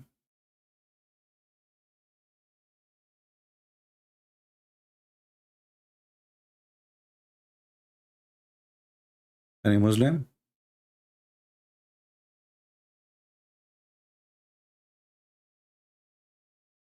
Who is a Muslim would like to introduce Islam to us? I'd like to join Islam.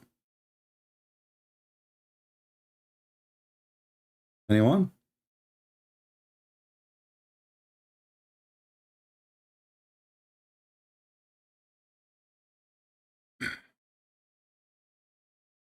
Look like we are out of customers.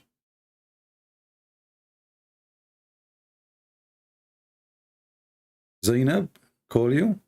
Well, you have to text me, Zainab, so I can call you.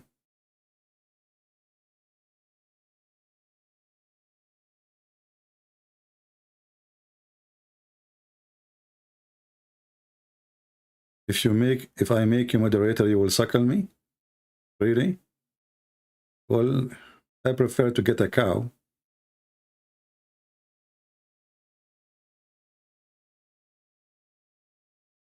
Any Abdul? If you are a Muslim, you need to text me in Skype, and then I will call you. Very simple.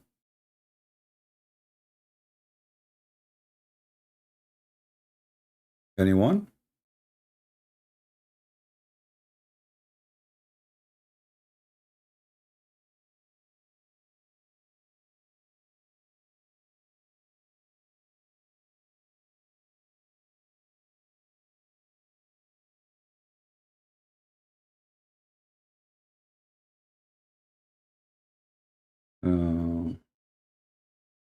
Yeah, actually, yeah. I mean, a religion teach that a woman, she can suckle a stranger, and they speak about decency and ethic.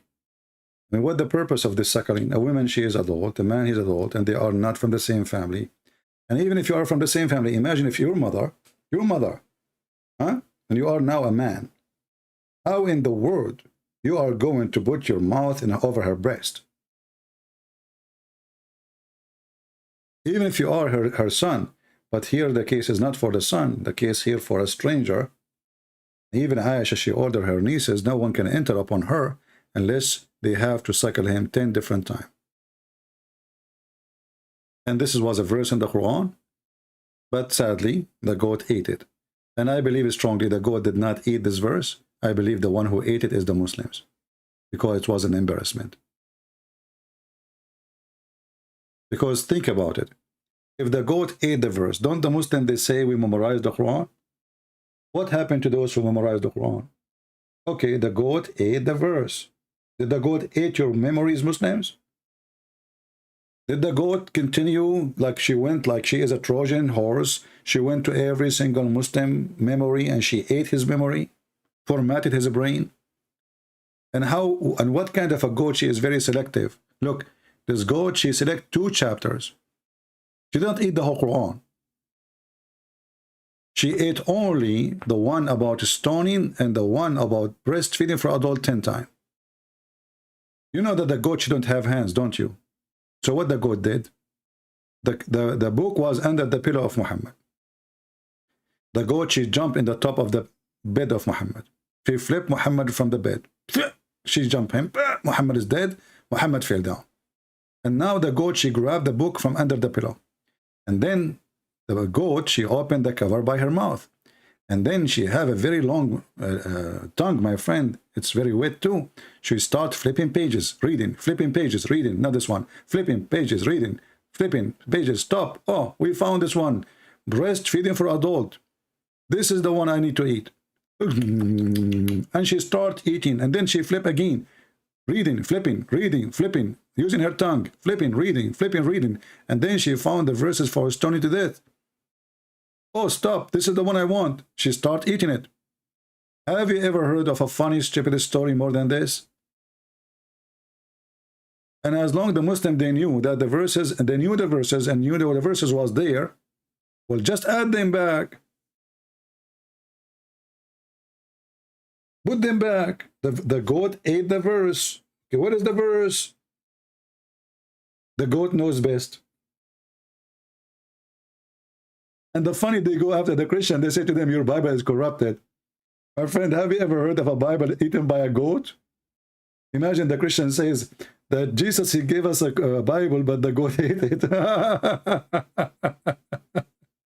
And the funny, they say to you that the Quran is protected by Allah. I mean, a goat did beat Allah. It's a goat, meh. It's not even a cow. I mean, if a cow, I would say the Hindu behind it. It's a goat. Meh, peace upon her.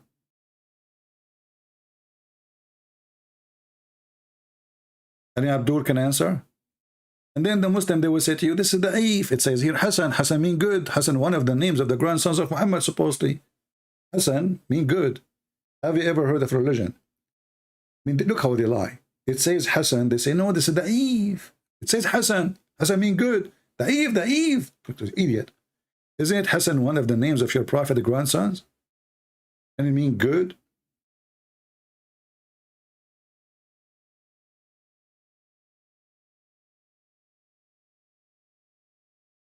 And you know what? If I know this goat, I will shoot her in the head.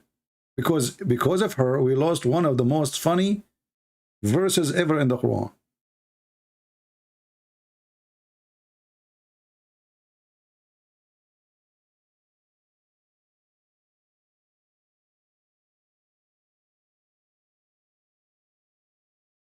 Anyway, do we have any Abdul?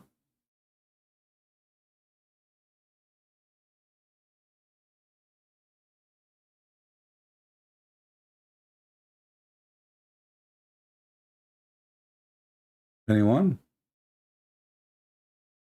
Israel, Mujahid, Christian Mujahid International, why Pakistan call himself Palestinian? I didn't know what this conversation is about. Focus with me, guys. Focus with me. Otherwise, I will send you to heaven. I have connection. I'm an Arab. This God, he speaks only Arabic. A Muslim, by the way, if you want a translator to translate your prayer for you, because Allah is stupid, he don't understand your language. I mean, how in the world you speak to him in Urdu, and he is not a person who speaks Urdu? Adam, the first man, when Allah created him, he spoke Arabic. This is the language of Allah.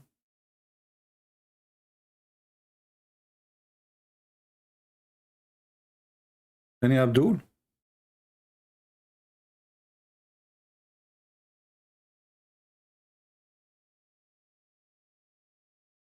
And by the way, this goat is until now wanted, so if you have any information, you can call the Crown Prince of Saudi Arabia or Hassan Nasrallah, the head of Hezbollah. Because the Shia, in case you do not know, they agree that the Quran is corrupted and the only true Quran is the one with, what's his name? Al-Mahdi.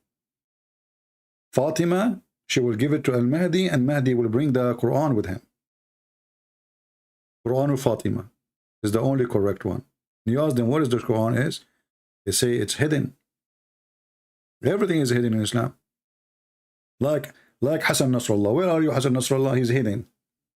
Death to America, death to Israel. You don't even dare to put your head outside. And he claimed he have 80,000 or 90,000 fighters. But yet you're rat, you don't dare. After 90,000 fighters, you don't dare to put your head out in the air.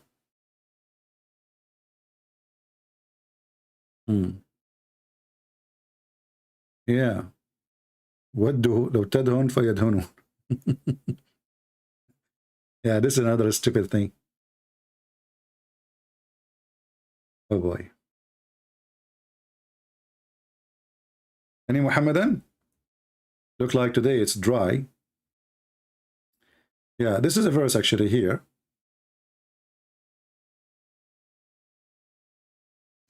Which is very funny. The Muslim, they translated this Arabic here.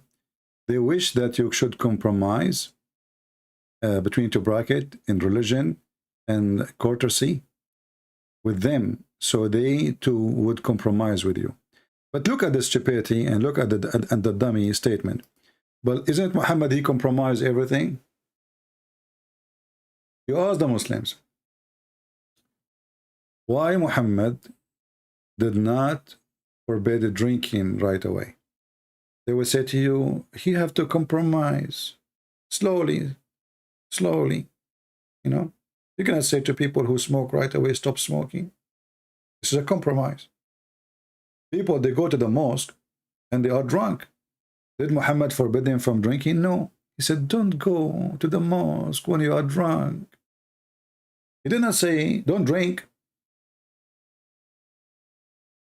Don't go. And because the Arab, they were laughing at Muhammad and his people, they go to the pray in the mosque and they collapse. The guy, he stand up, Bismillahirrahmanirrahim. Abdu, what happened? Even Muhammad, he compromised with dogs. Dogs, they used to go inside the mosque, the only mosque he have, and they piss in the middle of the mosque. And Muhammad never cleaned after them. Never even shout at them.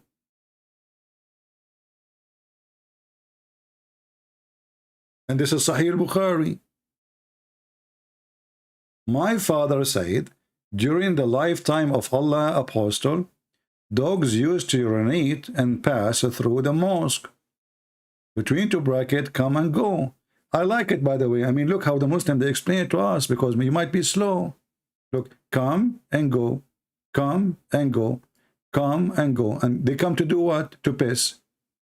And they come back to do what? To piss. So the mosque in the time of Muhammad was the bathroom of dogs. And Muhammad never sprinkled water over it. Do you see it? And you need to remember, the mosque at that time was a small, tiny room. It's not like the mosque you see today. You know, they put marble, air conditions, massive, huge. It was just a tiny room. And the dogs, they go, they lift their leg up, and I don't know, they are pissing over who? Because dogs, they like to piss over something. You know? They don't just piss in the road, like, you know, they have to find like a can, a tree, a leg, you know, maybe the leg of Muhammad. So they go in, they piss, and they go. And then what Muhammad do? He never sprinkled water. Do you see it? Do you remember what Jesus did?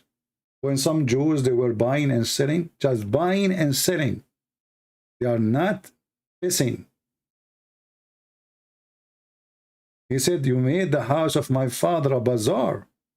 He flipped the table on them. Muhammad, dogs go. Actually, there's a hadith about a Bedouin. A Bedouin man, he come inside the mosque and he unzip, zip. He grab his penis and he start pissing. The Muslim, they want to say to him, stop. The Prophet says, let him finish, let him finish. Do you know why? He's a Bedouin. That means he have a big tribe. And if we stop him,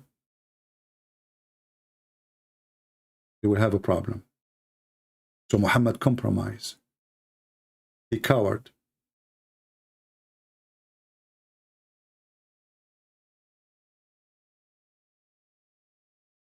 And then the Quran says they would like you to compromise. When this coward all his life, he compromised in order to reach the point when he's strong, so he will not compromise.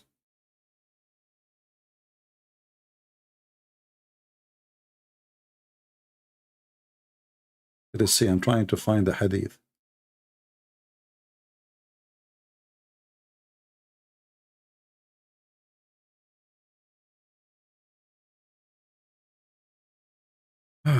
Let us see, where is the hadith?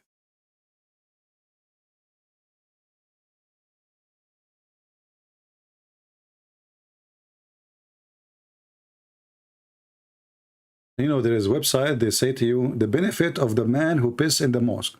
The benefit, I mean, guys, can you believe it? Look at this. فوائد من حديث الأعرابي الذي بال في المسجد. The benefit of the man who pisses on the mosque. The benefit.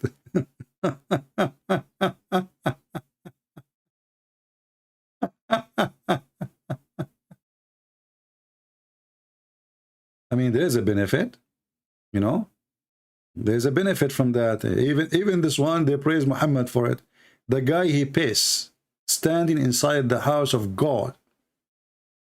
And Muhammad did not prevent him from doing that. So what happened to Muhammad? Later, he killed anyone who don't agree with him. At this point, Muhammad was a fufu. Cat. Anyone can bit him. As soon he gets strong, he will rip you to pieces. This man is a fraud. A person who has jealousy for the house of God, he will have a jealousy for the house of God. It doesn't matter if he is strong or weak. It doesn't matter if you have an army or not.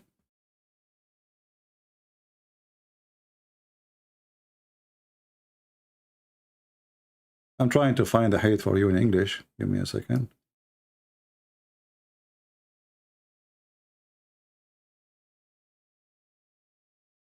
Here we go.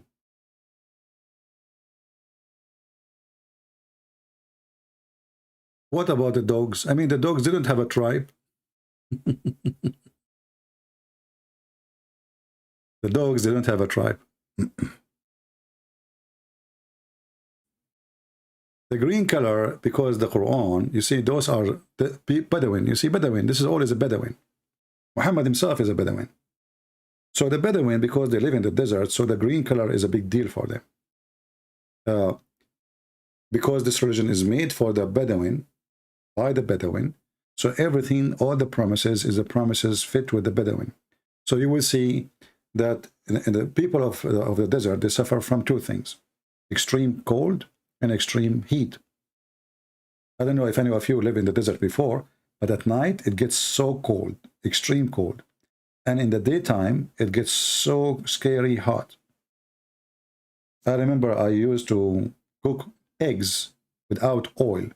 Just put the tray, the pan, put it over the sand. A few minutes. You don't need like 5 minutes. Few minutes. And you break the egg and the egg is cooked. I remember once I burned my hand because I parked my car not in the shade. So I thought, did not put it for long, so it's going to be okay. So I put my fingers to open the car door, and my skin burned, hurt badly. So this is a very extreme life of cold and heat.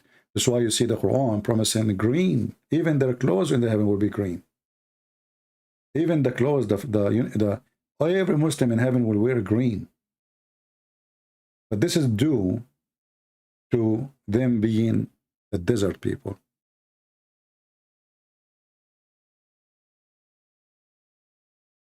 This is why, like cars in some countries in the Middle East, they lose their color so fast, and they have to be painted in a special kind of coloring. You cannot bring a car was shipped to, let us say, Munich, and you send it to Saudi Arabia or to Kuwait. The color will go right away because the sun is extreme.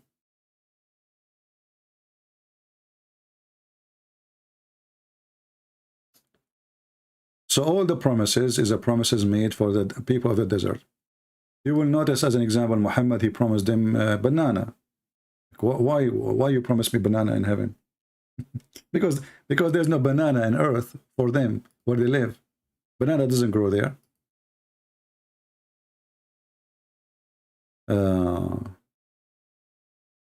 Okay, this is the guy. He said he might debate. Let's see.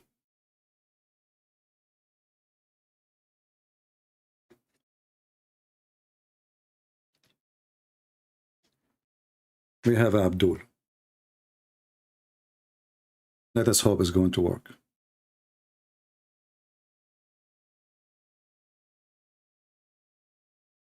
Well, it's not going through. Shafraz, don't call me. I will call you so the call can go through.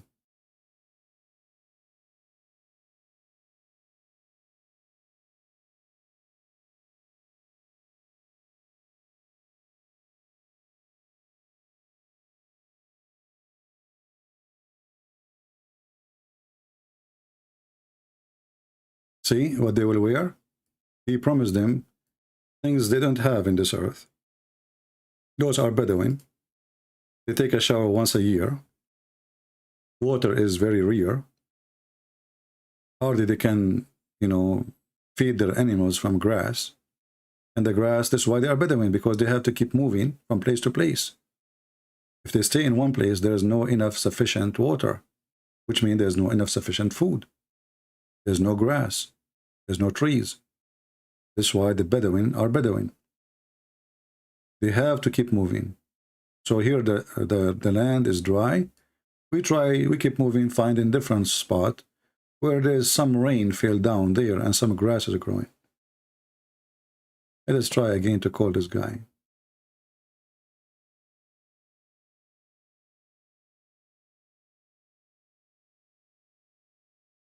Well, obviously, your internet is horrible.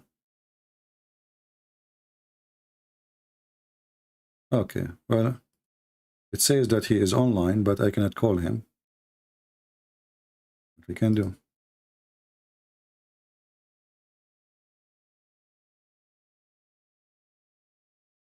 This is a religion made by the desert man for the desert man. Yeah, his name is Sheikh Sefaraz Hussein. I'm assuming maybe he is from Pakistan or something. But he is not answering. I tried to call him. Did not actually go through.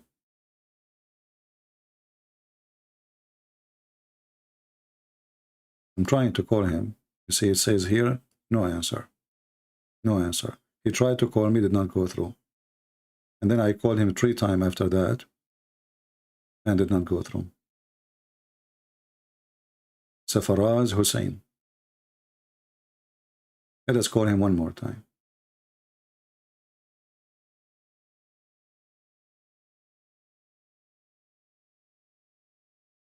It's not going through.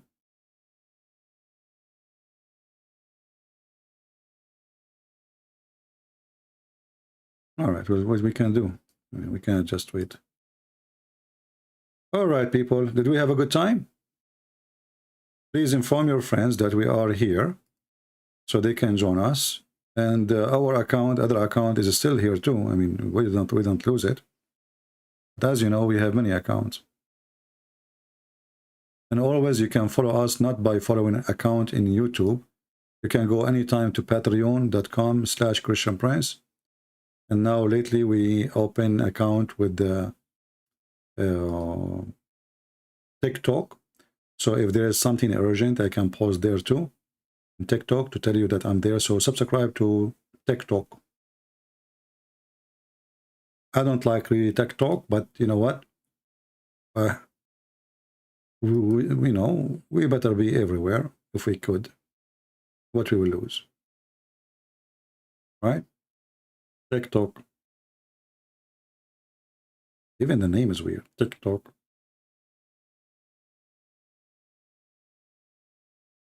Right now in TikTok we have 1,500 subscribers only. You can find my account there by searching for the Christian Prince. All right, the Christian Prince. Maybe I should make a video today. Maybe we will see.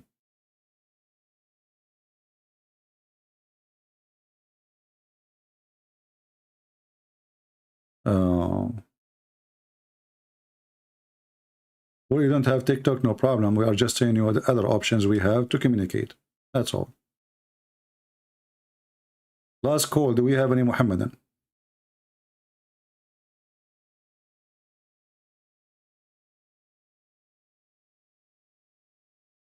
Yeah.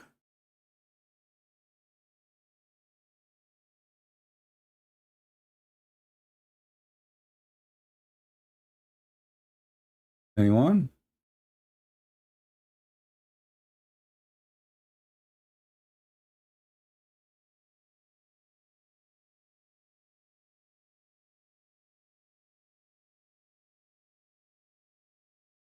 Maybe I will see if I can go live in this TikTok, but until now I don't see any option to go live in there.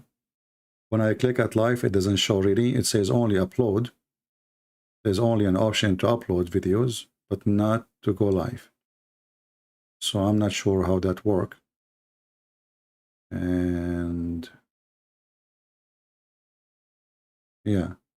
And even my upload is still limited. It says up to 180 seconds. You know, still my so look like we have false information about TikTok. Like some people, they say is if you have more than 1,000, you can go live. You can have up to 10-minute video. It still says you can have up to 3 minutes. You know, nothing changed.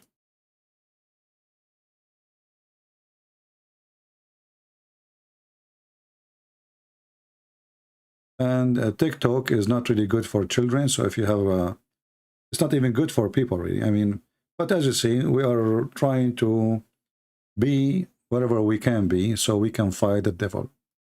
Not because we like it. Okay, this guy is trying to call again. Let us give him a chance. Here we go.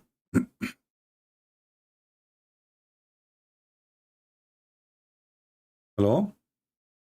Yes, my friend, how are you? Hi there. Hello? I'm okay. Sorry about earlier on. I don't know what. Hello? Yeah, I'm here. Yes, my friend, you are a Muslim? Yes, yes. Of course I am. 100%, and a happy one as well. You are 100% Muslim? Very, very happy Muslim, yes. Very, very happy? Very happy to be a Muslim. Why? Because we feel at peace. Our hearts feel at peace. And we worship the true God. And it makes us feel happy and, very, very close to the... Okay, well, I don't know. You said you feel peace, but the Quran says that your chest is full of hate. Your chest is full of hate. Oh, come on! It doesn't say that words. Well, here we go. Chapter 9, verse number 14. Chapter 9, verse number 14. It says Muslims will feel their chest will feel better only when you kill them and you torture them. Oh, come on. Chapter 9, verse number 14. Quran chapter 9, verse 14. Let me go. It says, It says 9:14, fight them. Allah punish them by your hands. I will disgrace them and give you victory over them and sacrifice. That is to do with the battle that happened in previous history. My friend, so what? It says that the Muslims, if the Muslims in the time of Muhammad, as you see, their breast is full of hatred and anger. So how you will feel peace, and as you claim? No, they had enemies who wanted to kill them. So Allah was saying to them, Okay, my friend, I will go with you. Okay, no problem. Let us say, who is the most person who feel peace, you or Muhammad? Him. Muhammad, of course. Okay, is it true that Muhammad, when he received the Quran, he was in very bad fear, and he was trembling, and he was so scared? Yeah. Yes? Yeah. Okay. Yeah, and because the angel come to him. So obviously he'll be scared. He will be, scared and trembling because the angel come to him for the first time. The angel comes, so obviously he was kind of scared and okay. I will go with you. So first time the angel come in, he will be scared. So how come Mary, she did not get so scared, and she is a female? Mary got scared. In the Quran, it says Mary said to the person, "Please fear Allah and please do not come close to me." But the angels replied and said, "Do not worry, I am from Allah." Nowhere it says that. Can you show me? I want to learn from you. There's a verse where where the angel come to her in a human form and said, "Do not worry, I have give you good news of a." No, you see what she said. She did not tremble. She did not hide under the bed. She spoke in an adult, mature way, saying, "I seek refuge by Allah." Correct, but she did not get scared. She did not say, "Don't stay away from me." That you are adding your own words now. No, brother, because it was a human that come, a human. Okay, this is the same person. This is the same person who came to Muhammad. The same person came to Mary, correct? No human come to the cave. It was not a human. Who came to the cave? We don't know exactly what shape or form did this angel come in, but he did not come in a human form. If it was a human form, he would never been scared. But it would come in another form. Okay, so what? Do you have no idea how this? So is he an angel or is a creature? The angel come in a form, but I don't know exactly which form the angel come into the cave. But it was not a human. I know that it was not. Where you got your conclusion from? Is that something you are making assumption of, or you have knowledge? Because it's this creature that was holding him and holding him tight. It was not human. If it was a human, he would have told him off. Go away from me. Well, there is a hadith. Your prophet, he saw Jibreel in one of two forms. Once he saw him with 600 wings, and the other ones he said see him as a man. Correct? Yeah. The other time the human come. Okay, so once as a human, and the other form is Jibreel. He have the 600 wings, correct? The wings, the wings that he's seen the wings of the angel, Yeah, but is it 600? Is it 600 wings? I heard some about that. It was huge. So first time Muhammad he saw, if he is not a man, then there's no other choice except he saw him as an angel, correct? To be honest, the angel could not fit into the cave. Exactly. So it have to be a man then. No. It was not a man. There's no hadith saying that this was a human that coming into the cave. Okay, but you just said, if the angel in his normal shape, he cannot fit inside the cave, and Muhammad was inside the cave, correct? Yeah. Okay, so he have to be what? He have to be then a human, correct?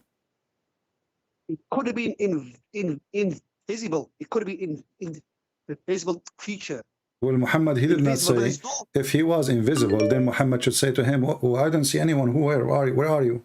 He didn't say that, you know. But the thing is, there's no hadith or Quran verse saying this was a human being. If it was a human being, then, you know, you wouldn't be, you know, scared or anything. But there's no hadith saying it was a human or which type of creature it was. But it was not human. Obviously, it was not human. It was not I human. will go with you. There is no hadith saying that, according to you, but still, an angel with 600 wings who cover the whole horizon, he will not be able to go inside the cave, and you are the one who mentioned that, right? So he must be a human. There's no other choice. Now, let me ask you. The prophet, he saw an angel with 600 wings, correct? Yeah. Okay. How come? What do you mean? What do you mean, how come? Does that mean that the angels of Allah, they have 600 wings? I think the angel Jibrail's the largest one, I think, so they're saying. Doesn't matter. The size of the wings number have nothing to do with their size.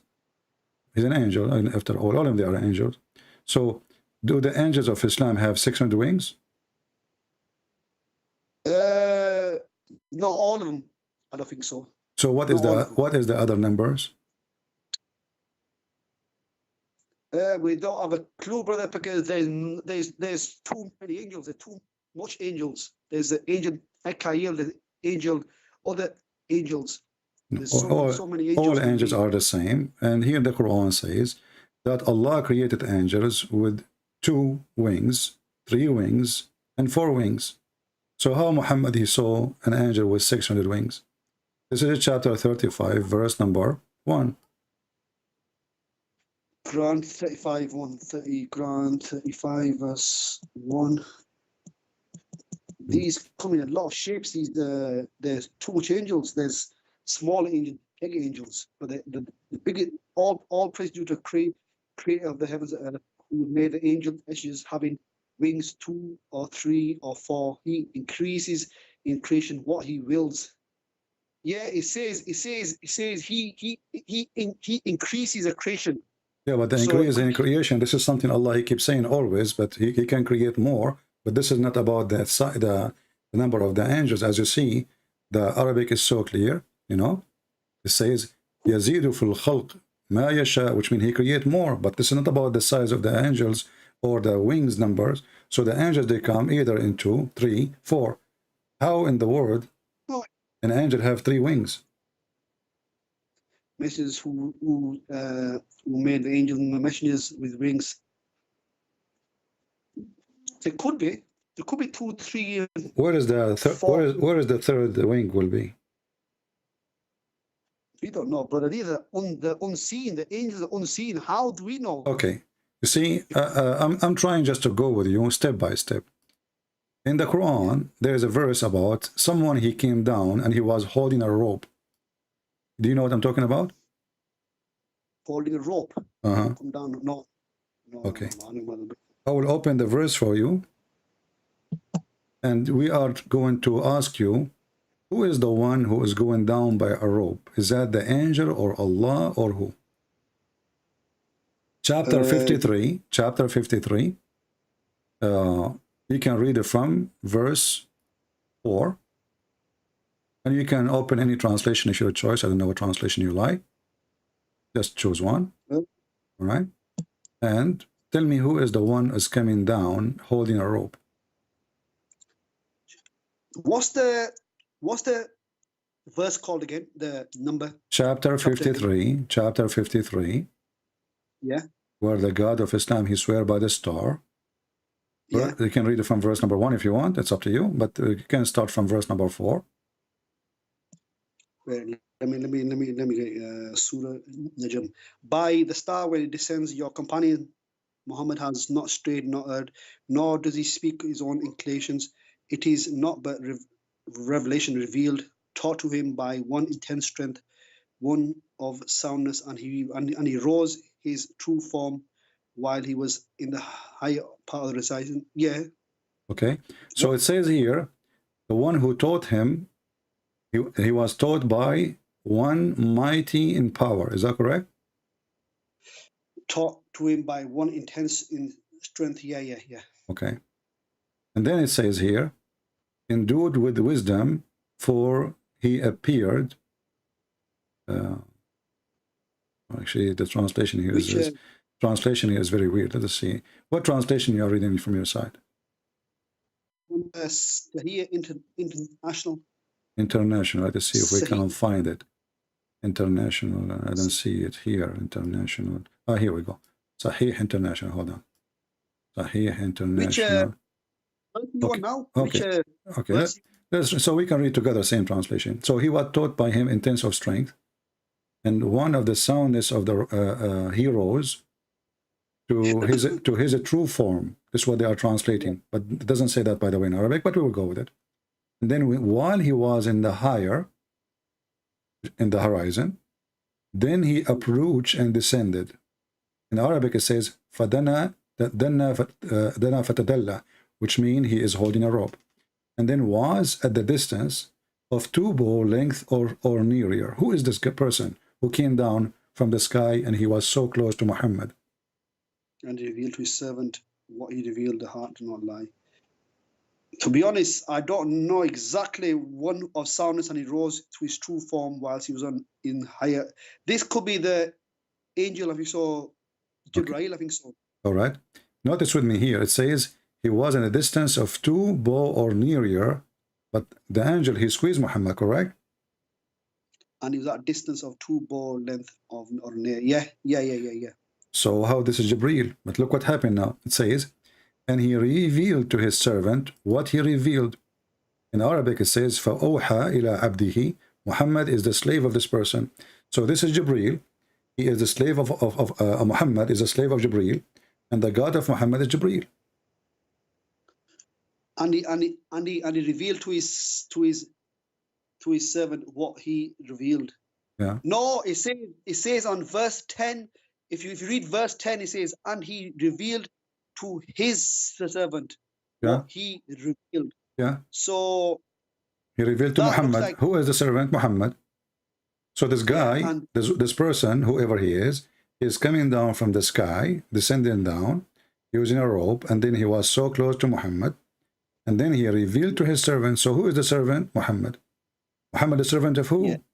Servant of Jibreel. No. You know where it says, and he revealed to his servant is a capital H. So that means a capital H is Allah. To his servant, what my friend, revealed. Is Allah is the one who's coming down here? No. But you need to know the context of the verse, brother. You need to know the context. This is the context. This is the continue read. And there he was at a distance of 2 bow in length. And then he, the same person, he revealed to his servant what he revealed.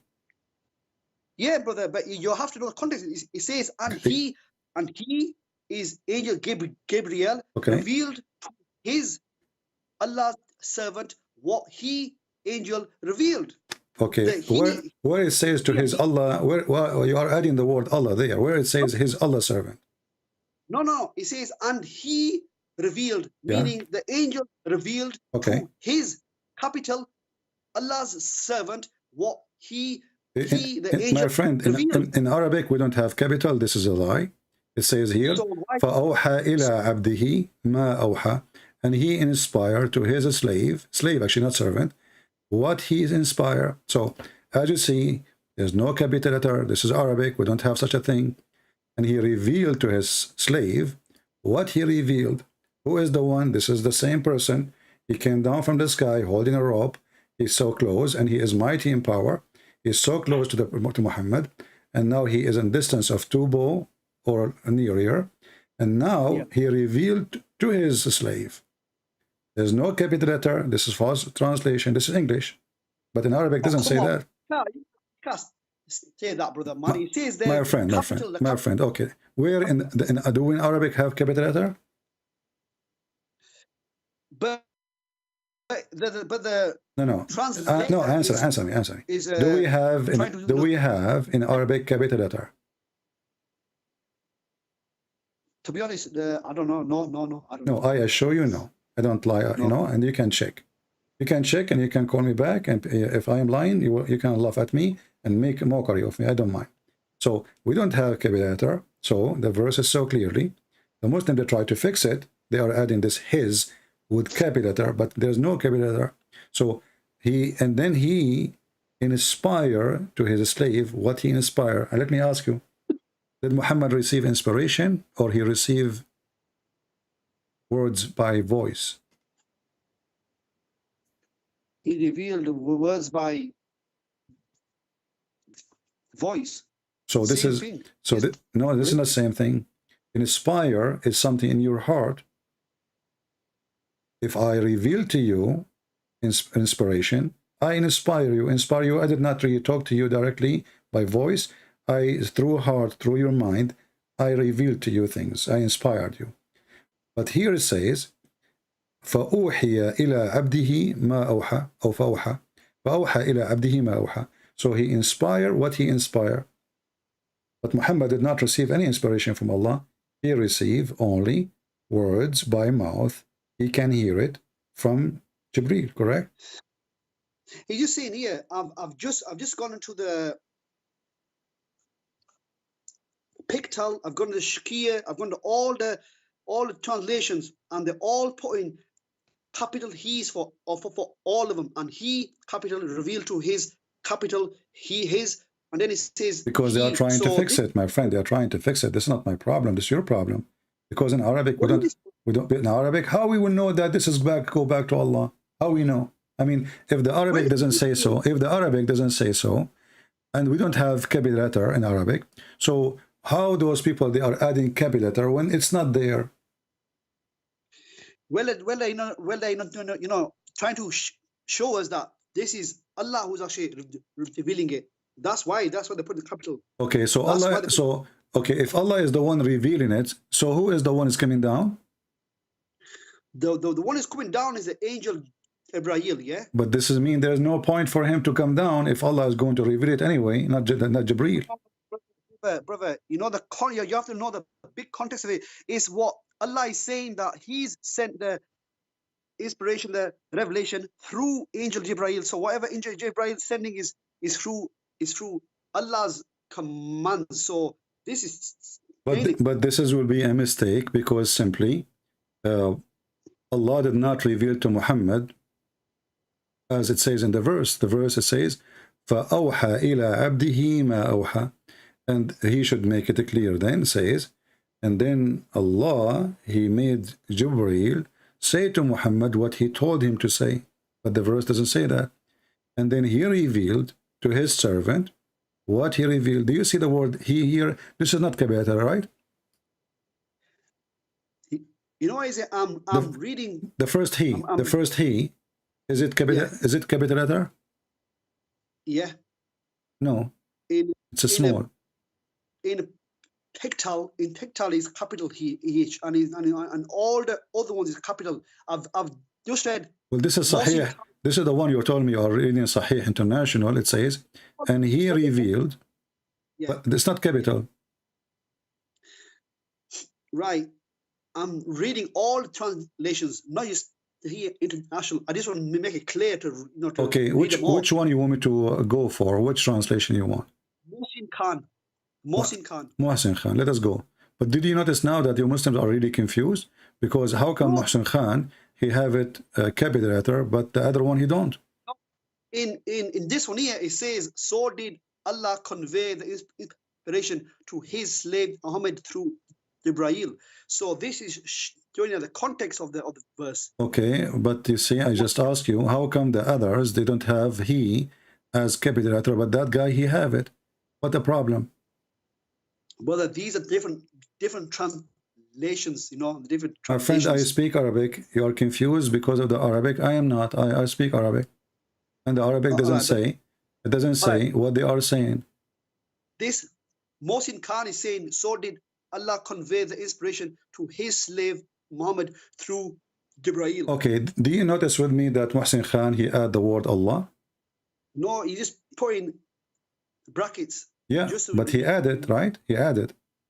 Yeah, but he's just so hold on. You see what happened now? So the Muslims they find that this verse is confusing, so they decide to add the word Allah to fix the Arabic language of Allah. Because if this is not needed, why we add it? To make it clear to the exactly reader. Exactly, to make it clear. I wanted to take your words and not to back down with it. to make it clear. So you just admitted that this verse is not clear, and now in the translation we have to add words between bracket to make it clear, correct? No, it's not for that, brother, because Arabic is hard for. But you just said that. You just said to make it clear. To make it easy for us. You just said to make it clear. Isn't it the Quran says that Allah he sent down book and he made it so clear? He made it clear in Arabic, but we are not Arabic, brother. We are. Okay, my friend. He made it so clear Arabic, but I am an Arab and I don't see what you are saying. I am an Arab. I speak Arabic. Arabic is my first language. So Allah he failed because simply. Yeah, because you just say it, because in Arabic, who cares if this is in Arabic or not? If the translation is a translation, we should not add. If it's clear in Arabic, the translation should be clear too, because it's clear in Arabic anyway. But because it's not clear, we have to add words are not there. I ask you why they add the word Allah. You said to make it clear. So is the word Allah here in Arabic appear? No, so it's not clear too still. He's saying so did he. So the writer is trying to tell us that he is Allah. Just to My make friend, it easy. he's trying to tell us. Is Allah trying to tell you too? Because Allah he did not put his name there. So why are you adding his name if it's clear? If it's clear in Arabic, my friend, if the verse is clear in Arabic, the translation will be exactly the same and will give it clear in English too. But as you see, here it's very confusing. It says, فَكَانَ قَابَ قَوْسَيْنِ أَوْ أَدْنَى, and he become close, near, to bow or even nearer. And then he continue for the same person, فَأَوْحَى إِلَىٰ عَبْدِهِ مَا أَوْحَى, and he inspire to his slave what he inspire. There's no gap, there's no Jibreel, there's no Allah. It's speaking about the same person who came down from the sky. No. Oh, come on. You can't say that, brother, man. He stated here. He said the main translation is he. Okay. Capital He. Capital H. My friend, you keep saying capital he. You are the one who keeps saying capital here, right? Yeah. Okay, but there's no he in the capital in Arabic. So this is a false, but this is a false excuse. This is a false translation. I will go with you all then. So this is Jibreel, he come to Muhammad, according to you now. This is Jibreel, right? Yeah. Okay. Jibreel, he come to Muhammad, and he is coming as a man or as an angel? He's not a human, that's for sure. He is not a human. Okay. While he was in the highest part of the horizon. Okay. If you go back with me, and this is the translation you choose, it says here, verse number 5, he has been taught, he has been taught, between two bracket the Quran, by one mighty in power, between two bracket Jibreel. Yeah. But is it in Islam the only one mighty in power is Allah? Come on, no. There's other people that are. I thought the only one is almighty in power is Allah. Which one of my has taught him inspiration? Wait. By one mighty in power. Mighty power, brother. Mighty power can be anybody. It can be humans. It can be. Okay, mighty. I thought the word mighty go only for God. Don't we say almighty? All the word almighty is for Allah. All. Okay, let me ask you: is angels of Allah are mighty in power? Yes, they are. But they can a human being beat them? A human being what? Can a human being beat the one mighty in power, the angel? A human? How can a human beat an angel? No, it's impossible because it's impossible. So if we find that a human being can beat the angel, that means the angels are not mighty in power. Do you agree? The most mighty angel in Islam is angel Jibreel. Doesn't matter. I ask you, angels. In the whole chapter here, my friend, doesn't even say Jibreel. So don't play that game. Does it say anything about Jibreel? It does in verse 5. Where in verse number 5 it says that? Here we go. Where it says? This is a false translation. He is adding it between the brackets. It doesn't say that. Translation. Come on. It doesn't say that, my friend. Read that. Okay, can you? In Arabic, it doesn't say Jibreel. This is why it's between two brackets. Is just telling you who is tasveer. You see, he added between two brackets. This is additional proof that the Quran is a false book. Because if this is a book made clear by Allah, why we need to add names? They are not there. Because the whole chapter never says who is this person. And listen. Okay, let me repeat the question to you. Can a human being beat an angel? A human being be an angel? Yeah. It depends on the situation, but I have not heard of. Maybe it depends in the training. If I play karate, can I beat an angel? You will never be. No. You won't be an angel. Okay. Is the angel of death is a powerful like Jibril, or he's weak? So like he come to take my soul, so I beat him up and I say, hey, get lost, and I win. What do you think? Is he weak? It depends. It depends if the person is a prophet. If it's a mighty prophet, then I don't know about that. But if you just normal human being, so you Muslim believe that mighty prophet can beat a mighty angel? I can understand that Moses hit or slapped the angel of death. Not the. That's where you were going, innit? That's where you were going. Okay, and Moses slapped the angel or hit him. Who need more power to enforce taking life, Jibril or the angel of death? Nobody can stop the angel of death. How a person, he is a man. Moses is a man, right? Yeah. Is he Bruce? He's very close to Allah. He was very close to Allah. So if he close to Allah, he will obey Allah, correct? Yes. So when Allah he sent the angel of death, listen, when Allah he sent the angel of death and I beat his angel, is that obedience to Allah? It's not obedience, just that he was at time he was angry at times, and he slapped him because that is a nice answer. Guys, the angel was angry. Let me say to you again, I am a president and I send you a messenger and then you beat my messenger. Isn't it this is a clear disrespect to me?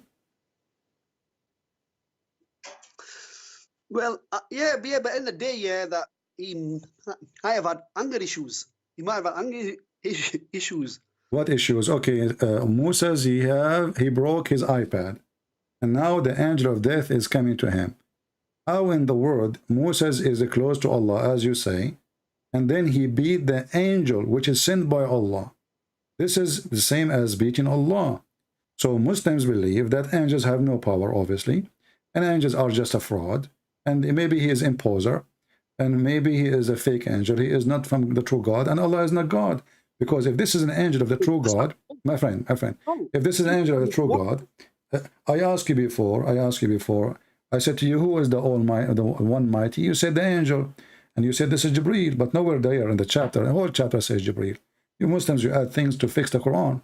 And here, this is an angel who is in charge of death, which means he needs more power than a normal angel. Why? Because he is going to take life and no mercy.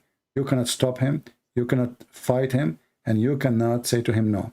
Now, when the angel was sent by Allah, was it the will of Allah to take the life of Moses, or wasn't the will of Allah? It was the command of Allah, but Moses told the angel, give me respite until I reach towards Israel, I think so, the gates of Israel, and then only you take my life. No, this is not what happened, my friend. Read with me carefully. This is not what happened, my friend. This is not what happened. It's not what happened. Read with me. Here it says, Abu Hurairah reported that the angel of death was sent to Moses to inform of his Lord summon. When he came to Moses, he boxed him, and his eye was knocked out. He did not discuss with him anything. The guy he came, he told him, it's time for you to die. Moses, he hit him with karake. He played karake, and his eyes came out. The angel did not talk no more. He cannot talk. He's just been beaten harshly. So he went back to Allah. And he said to him, you send me to a servant who did not want to die. Did you see it?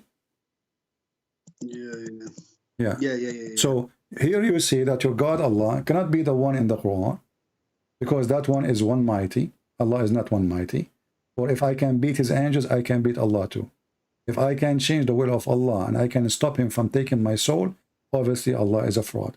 So you send me a servant who don't want to die. So why I send me to him? Because I want to take his life. Moses, he did beat the angel. Yeah.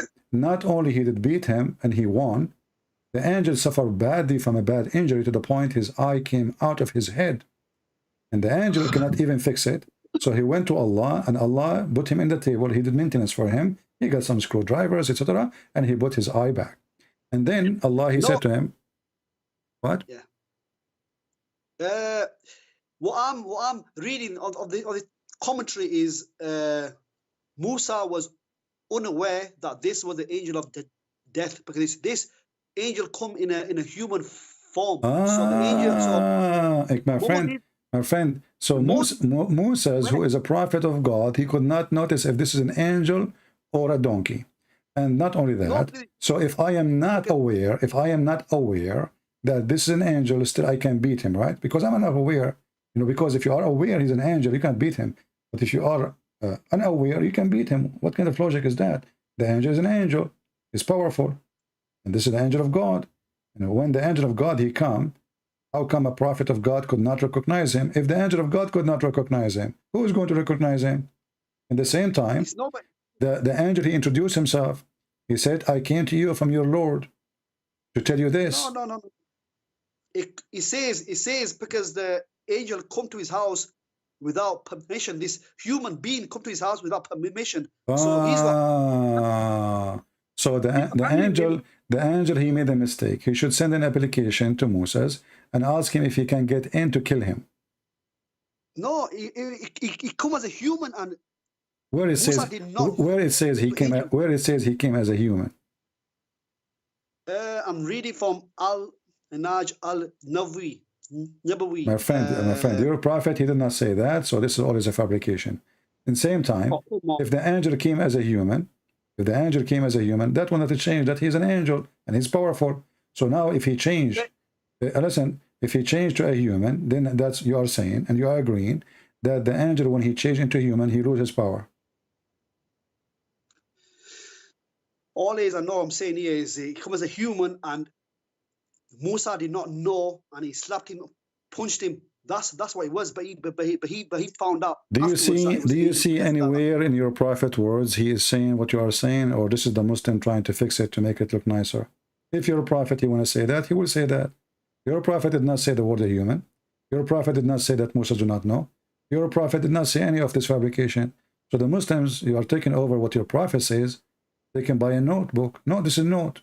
This is not from the hadith. The hadith says it clearly. The angel, even he, the angel of death, it says it clearly. The angel of death doesn't say nowhere that he came as a human. It says he came as an angel. If he came as a human, well, if he came as a human, then, my friend, when the angel came to Mary as a human, the Quran says so, right? So your prophet will mention it if it's as a human, but he did not say that. He says the angel of death, and he specifies who is he. He is specifically the angel of death. So the angel of death, he come to Moses, and then Moses, he been informed. He told him, I came to you from your Lord. He did not surprise him. He did not tell him, I am not an angel. He informed him that I am a messenger from your God, and this is the time for you to die. So now he knew that he is sent by Allah. He is an angel of Allah, and he is specifically the angel of death. What was the response of Moses? He started practicing the skills he learned from me in the park, and he beat the angel. He took his eye out, and I've warned Moses many times not to use that skill, because this is only between me and him. So he picked up the eye of the angel out of his head. And let me ask you, how you can take the eye of an angel out of his head? Out of his head? Yeah. I don't know. I don't know. But it was a human. It was a human because he took his eye out. My friend, he's okay. Just to show you the false fiction you Muslim you believe in. Did the angel return to Allah as a human? The angel come as a human form, but then went back to the angel form. That's how. So now, okay. So let us go with you. So when the angel went to Allah, he was an angel now, right? To be honest, I don't know the full commentary of this. No, you just said that. Okay, so look what you said. The angel, when he came back to Allah, he came as an angel. But as you see, he came as an angel, but still his eyes out. Yeah, but I know, but we don't know the full commentary of this, brother. You can't make your own story up. Nobody Okay, knows exactly. you just said you cannot make your own, but you just were reading to me your own, because this is something fabricated. It's not the prophet say so. In the commentary you did read, this is your own. The prophet never say he was a human. He never said he was not an angel. He never say any of those things. So you Muslim, you make your own, and then you ask me not to make my own. But you make your own. Yeah. Shouldn't you follow only what your prophet says? Your prophet says this is what will happen. So let's go back now to zero. As you see in Islam, the Islam have a contradictions, many things. As an example, the Quran teach that the will of Allah, if Allah said be, is going to be, right? Yeah. Okay, and isn't it Allah, he wrote the destiny of every one of us before he created us? Yeah. And the destiny include how the span of life, how long we will live. Yeah, but at the same time, My friend, don't but me. He wrote the span of life. I can show you the hadith. So before you are even 40 years before he created, 50,000 years actually, before he created the human mind, the kind, he wrote their destiny, their lifespan, their deed, their bad deed, their good deed, their religion, etc. So 50,000 years before he created me, he wrote when I will die. And now you are saying to me that Allah who wrote the destiny of Moses, and now is the day to take his life. Moses, he can change the day of his life. Because as you see, the angel came, and now the date passed. He came to take his life, and he came back because now his eyes is broken, and the Rasul is coming out. So he went back to Allah, and now Allah, he gave him a second option, saying to him, let us negotiate. He said to him, go back to him and tell him, if you want life, he must place his hand on the back of an ox and would be granted as many years a life of numbers of the hair he covered. And this is very funny. So the destiny of Islam is a lie, because as you see, the destiny changed. Why? Because Moses refused to accept the destiny which is previously written before mankind is created. What do you think? But there is a teaching where it says that Allah could extend a person's life. I mean, too late already. This is too late already. Moses extend, because Allah, he sent the angel to take Moses' life, and the angels, he sent him back, shipping and handling by Amazon. So he beat him. He could not take his life. So what Moses you need to do, next time the angel come back, he will beat him again and again and again, and Moses will never die. No, it just happened once. What do you know? If it can happen once, it can happen again. As you see, the angel, he went back to Allah crying. My friend, did the angel attack again? No. He went to Allah, says, you don't want to die, what I can do. So Allah said to him, go and tell him, if you want to live, do this. So obviously the angel of death, who was charging death, he had a failure. He could not accomplish his job. So he do not need extension from Allah, because all what Moses need to do, each time the angel come to his door, he beat the hell of him. He sent him back. This time he broke his eye out. Next time he will break his arms. The day after will break his wings. And then the day after he will break his testicles. And maybe even he will kill the angel. Come on, brother, man. This happened once. It's not important. This is not important, this story. We got more important things, brother, man. Come on, think about it. There is more important, like what? I will change the topic with you. Go ahead. Like what?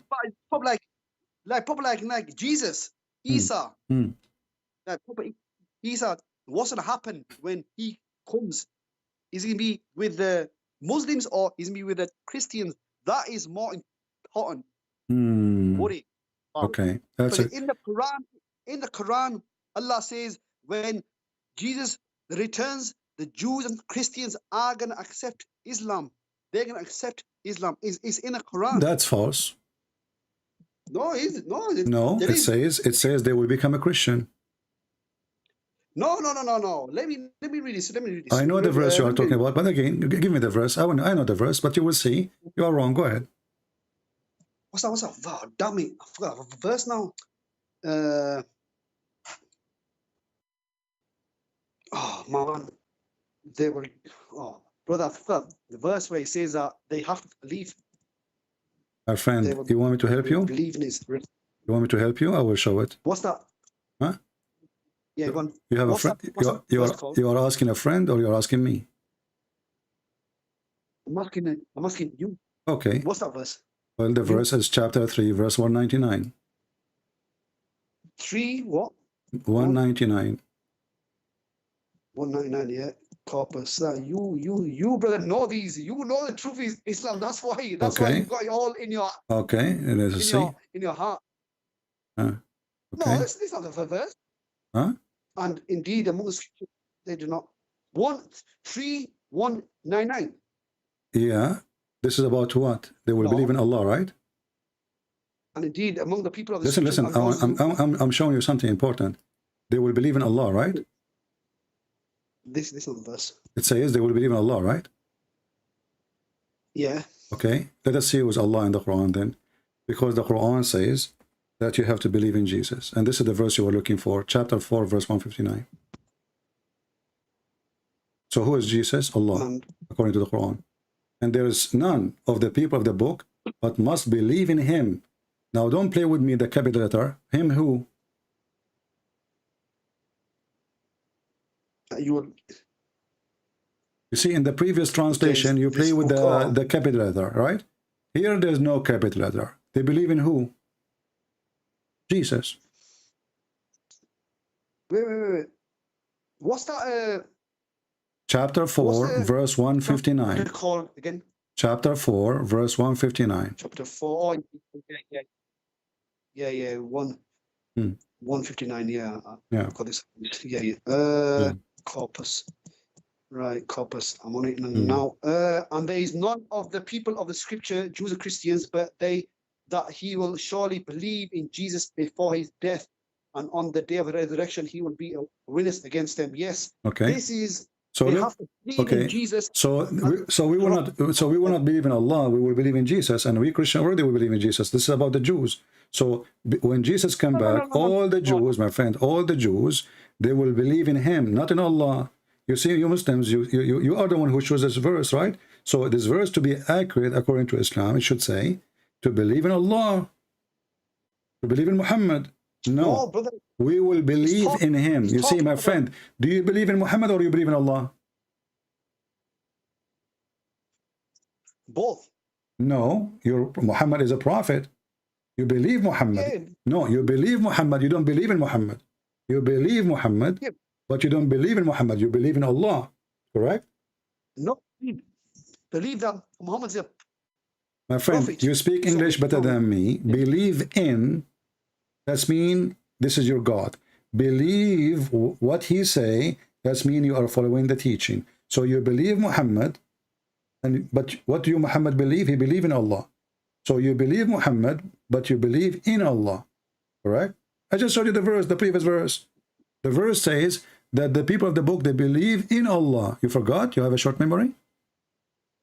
No. Okay, I just showed it to you.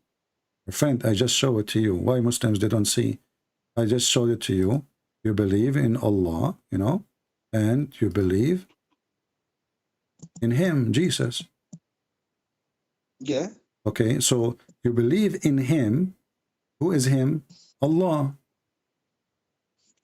Yeah. Okay, and who is him here? Jesus. And brother. Are you going to keep? Are you going to keep saying to me, yeah? No, but it says you have to read the full context, brother, on verse. My friend, I did. Here we go. Let us read it again, my friend. Let me show you. You see, this is why I showed you the first verse, my friend. This is why I showed you the first verse. It says here, chapter 3, verse 199. Remember, you told me, no, this is not the verse I'm talking about. I showed it to you, this one, for a reason. It says, and they are, and from the people of the book, who will believe in Allah. Believe in Allah. Do you see it? Believe in Allah. Yeah. Okay. So when you say the word believe in, that means you believe in God. You don't believe in Muhammad. You believe Muhammad. You don't believe in Muhammad. So the other verse says, none of the people of the scriptures, but they will believe in him. Him who? Jesus. So Jesus is your God, my friend. And the verse is very clear. Everyone will believe in Jesus, and those are the Jews who they refuse Jesus. They will believe in him, not they will believe him.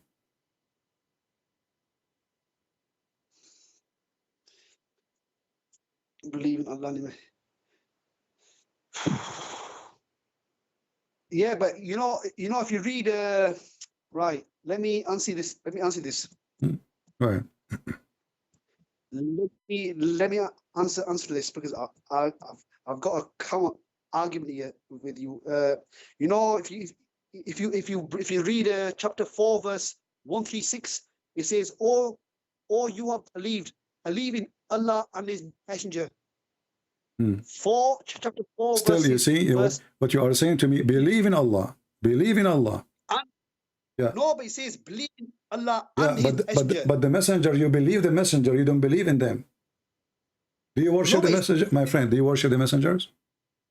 No, but it's okay. Here, so what is the problem of the Jews? They did not believe Jesus, correct?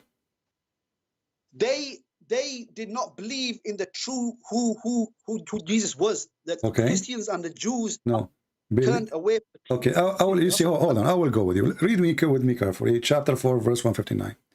It says here, "They will not a single one, but he will believe." Is that a destiny here? Yeah. So what the point?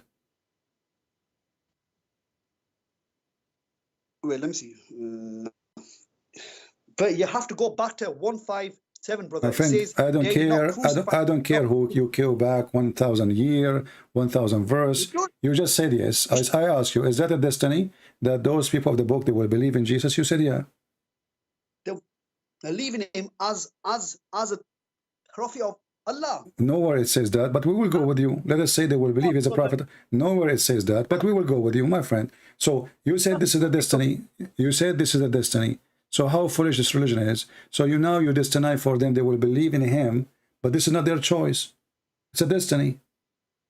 He's saying, but they, my friend, is it a destiny? Is it a destiny for Jesus not to believe in then? The Jews that did not believe Jesus, the Jews did not believe Jesus, it was a destiny too.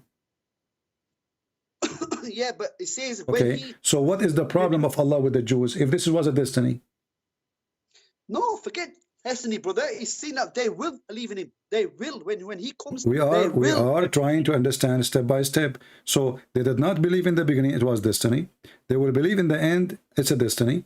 And they will believe what? In him, it's a destiny. So all Islam is a fiction story, it's a joke, because there's no good deed, there's no bad deed, there's no good deed, there's no bad deed. When the Jews disbelieve, it was destiny. You said that, you agree. So it was not a bad deed because they did not choose. And when the Jews, they agree to believe in Jesus, they did not even do good deed. Why? Because it was a destiny. If it's a destiny, then where is my good deed? Now listen. When Adam, he became a Muslim. He became a Muslim, right? Did Adam become a Muslim? He was Muslim. How he was a Muslim? How he was a Muslim? Because a Muslim means one who submits his will to God. No. He did it. No, you don't. You say submit your will if you have will, but in Islam you don't have will. Yeah, we do. No, you don't. Free will. What? You don't? No, you don't. No, you don't. Free. You just told me. You just told me this is a destiny.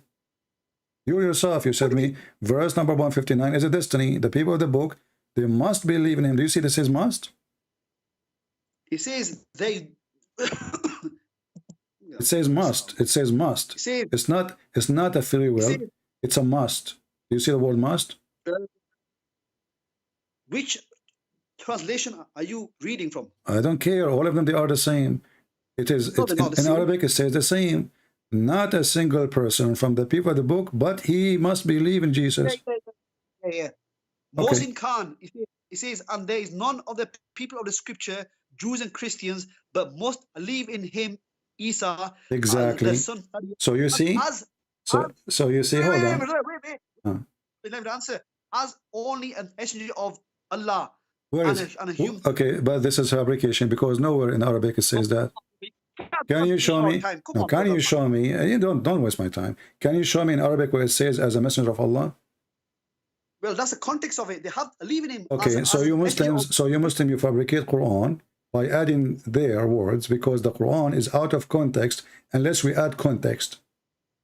Brother is saying they must leaving him. Obviously, My friend, Allah, don't tell me obviously. Don't tell me obviously. You are adding words to the Quran, and this is tahrif. This is a corruption. But don't go. Wait.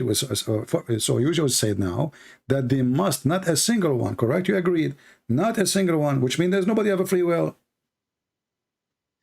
but they must believe in him. It means they must believe in him. No, all of them. None. Does it say none? None. But everybody will believe in Jesus. That means there's no free will. No, it says, and there is none of the people of Scripture but must believe in him, meaning they have to believe in it. If they don't, they will go to hell. My they friend, will go to hell. you are adding your own words now. Listen. It doesn't say that. What they will go to hell? It says all of them they will believe. It's a destiny. Now let me ask you, a child, when a child is born, is he a Muslim or non-Muslim? A Muslim. Okay. Is he going to go to hell? As what child? Yeah, an infant. No. If it's an infant under age and he did not know right and wrong, then he'll go to heaven then. Why you are saying so? Because the child is innocent. He did not know right and wrong. So it's not destiny where he will go to heaven or hell before he is made? Is written that what this person is gonna do in life is already been written. But this person is just an infant. He just died, so he will not do anything. So where he should go? So it was written for this child to go to heaven. So there's no option to go to hell. How can a child go to hell when he did not do anything So wrong? are you saying I am being stupid if I say so? That he might go to hell? There's no chance of a child to go to hell. Okay. Well, this is your prophet. Your prophet, he says he will go to hell. Your prophet, he attend a funeral of a child. He's an infant. And Aisha, she said, happiness for this child. He is going to go to heaven, for he did not even reach the age of sin. He's an infant. So the prophet, he said to her, "Fear adventure, Aisha, it might be the other way. And you are the one now who made fun of your prophet, and you agree that this is stupid if I say such a thing." But as you see, Aisha, she confirmed that this person, he is an infant, he's a child, he is a Muslim, born family, and he never commits sin, neither reached the age of sin. And Muhammad didn't agree. He says, well, bear adventure, Aisha, which means don't be stupid. It might be the otherwise, because God created for paradise those who are fit for it while they were in their father's loins. So you, my friend, everything you said to me, it was a fraud. So we believe or not to believe, it's written already. It's a destiny. You commit sin or you don't commit sin, your destiny is already there. To go to hell, to go to heaven. And this is a child who never commits sin. He never reached the age of sin, and yet he might go to hell. And you said, you were laughing at me, saying, how in the world that can be? And this is Sahih Hadith, so don't tell me it's weak. You need to cough more, my friend. Cough more, because that will help. Cough, I've got a cough. I eat chips. No, you are not eating chips. You are eating Hadith now. Exactly. This one need a big cough, because that cough will take all the false things you told me. The best you do. I know but it's child one, but I don't know exactly. I don't know exact. Yeah. You know, come on. You know, now you have a child, and you are the one who says, how in the world he will go to hell if he did not commit sin? It's just your word. And I told you, are you saying I'm stupid for saying that? And then you repeat again, you says, well, how in the world he will go? He did not commit sin. So you agree that this is stupid, and this is your prophet. And now we agree, me and you, that your prophet is stupid because he's saying stupid things. It doesn't make sense. A child, he never commits sin. Where is God's justice? This child, he's a baby. He never commits sin. And you agree with me, and I agree with you. And you agree that the one who says such a statement is a stupid. So it's time for you to admit again, say it loud and clear, my prophet must be mentally ill, and he is. No.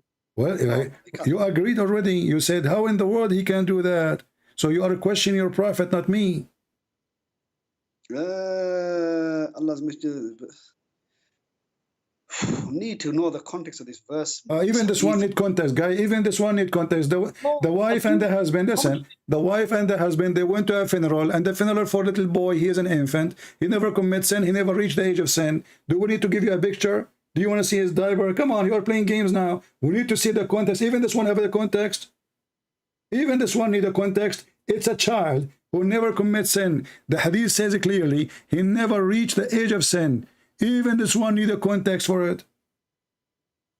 He never reached the age of sin. Read carefully. He never committed sin. He never reached the age of committing sin. I mean, what more clear we can make it? And then Muhammad, he said to her, he didn't say to her, no, he reached the age of sin. He did not disagree about how old is he. No, he says to her, it might be otherwise, because Allah created for paradise people who are fit for it. So all the religion of Islam is stupid. You say to the Christian, be Muslim, you will be saved. But in fact, it's written there. It's written before you are created, you will be a Muslim or a Christian. It's written there, even you will go to heaven or to hell. It's written there. It's not the sin you do. The sin have nothing to do, my friend. The sin, the hadith in front of you, and this is sahih. The sin you do have nothing to do where you will go. This is what the hadith is saying. Let me see. I've read this hadith already, but I never knew its true meanings of it. I don't know. Okay, well, I hope that some camel urine will solve the problem, will make you inspired. I don't know. Is it expensive to buy camel urine in England? Is it available? Huh? Is camel urine available in England? Do you Muslim like spread it around and sell it? Yeah, UK. You can, huh? MashaAllah. So now the camel urine can help you, but Allah cannot. The camel. You cannot. Allah cannot. Look at this. So based on this, it's very simple. Islam is destroyed because it's not the sin you commit which will make you go to hell. It is a destiny. So I believe in Islam. I don't believe in Islam. Already written for me where I will go. I am a Christian, I'm a Muslim, I'm a Hindu, I'm a Buddha, I'm an atheist. It doesn't matter. It's written to me where I will go. Islam made by a fool for the fool. Are you a fool, my friend? No, it's been written for what everyone's gonna do in their life. What they will do in their life? The guy, he don't have a life. He's an infant. Stop playing the game. What written they will do in life? And even that will make it over more stupid, because you wrote for me what I will do in my life, and then you will punish me for what I did in my life. And now you see the sin you do have nothing to do with it. This child, he did not do sin. My friend, did this child live to make sin, to do sin? He did not. No, but I think the commentary on this is this child is gonna grow to a human, and then this child will grow and he is dead. This child will grow and he is dead. No, I'm saying on Judgment Day. This child. The Judgment Day, Allah will grow him in the backyard, and then he will. What is that, man? She said he will go to heaven. He did not say Allah will grow him. What do you mean, Muslim? What's wrong with you? So now you are saying that you Muslim believe that after you die, Allah will grow you, and then He will give you another life, another Adam, another Eve, and then He will judge you. I thought Judgment Day is just for Judgment Day. That's it. Yeah, cough more. Yeah, you need to. No, you do not need anything. You need to cough a lot. No, I eat too much chips. That's why. My friend, you are not eating chips. You are coughing from laughing at your prophet. I'm not. You are coughing from embarrassment. Then choose one. I'm helping. I'm trying to help you. Okay, why you keep coughing? Each time things get hot, you start coughing. So listen carefully. The child, you yourself, you agree that this is not fair. Yeah. Okay, so you agree that your God is not fair. Ali, there is none amongst the five brothers. Ali is pretty. Let me see. Let me read this properly. No, don't read. Cough first, and then read. That because you need time. You need to buy time. You just said yeah. So you agree that Allah cannot be God because God is just. Isn't it one of the names of Allah, Al-Adil, which means the just? How he earned his title if this is what he will do? What is the just? No, but it does not say that this baby is going to hell. It does not say that it's going to hell. It says it might be the otherwise. It might be the otherwise. You speak English very well, so it might be the otherwise. So what Aisha she assumed? Aisha she assumed you will go to heaven. What Muhammad he assumed? It might be the otherwise. Is there a third option? Let me answer this. Because Prophet Muhammad has no right or no wisdom or for everybody's destiny. It's just Allah knows who is going to heaven, who's going to hell. So he cannot say this person go to hell, this person go to heaven, this baby's going to heaven. So he just leaves you all to my friend. I don't know how old are you. I'm assuming you are a man. It says it might be the otherwise. So he did not say he will go to heaven or to hell. He said there's other options. It might be otherwise. So Muhammad, he told you clearly that she said already the first option, he will go to heaven, guaranteed. Muhammad says it might be otherwise, which means what is left? Hell. And Muhammad did not say he will go to hell. He said it might be he will go to hell. And he gave the reason. For Allah created the destiny of the person before he created them. Who will go to hell? Who will go to heaven? You need to cough? No, I'm not coughing. Oh, go ahead if you want to cough. It's okay. You need it, I'm just reading the commentary on this. Mentioned it correctly. The scholars. Everything have commentary. I mean, the Muslim cannot understand the religion except with the commentary. I mean, even this one need commentary. The child, he's a child. He's an infant. He did not reach the age of sin. He never commits sin. And even this one need commentary. Let me ask you, did they add in the commentary some coughing too? No. Because I'm assuming that you are reading the commentary and it says there, cough, cough. So you cough, Okay, brother. Let me ask you a question, yeah? Let me ask you a question now. So what we will do with this one, you don't jump to a question. Are you trying to escape the madness of your prophet? This one here is saying that there's two options. The statement was to prevent, and number two, the rational decisions. My friend, what to prevent? What rational decisions? Muhammad, he made it clear. It might be otherwise. It might be otherwise, which means he might go to hell. And he told why. What prevent? What prevent? The woman she assumed, because he's a child, he never commits sin. Was she wrong? Was Aisha wrong when she said the child will go to heaven because he did not commit sin? You yourself, you agreed. Before he came to know that all children will be passing. Said this before he came to know that. Oh, yeah. Yeah. Okay. Right here. It says this. Said the Prophet said this before he came to know that all children passing away before the age of puberty will enter Jannah. So this means that the Prophet did not know. So the Prophet here, he make poo-poo. No, he did not know at that time. Okay, I will go with you. You just said that your Prophet was lying, speaking without knowledge.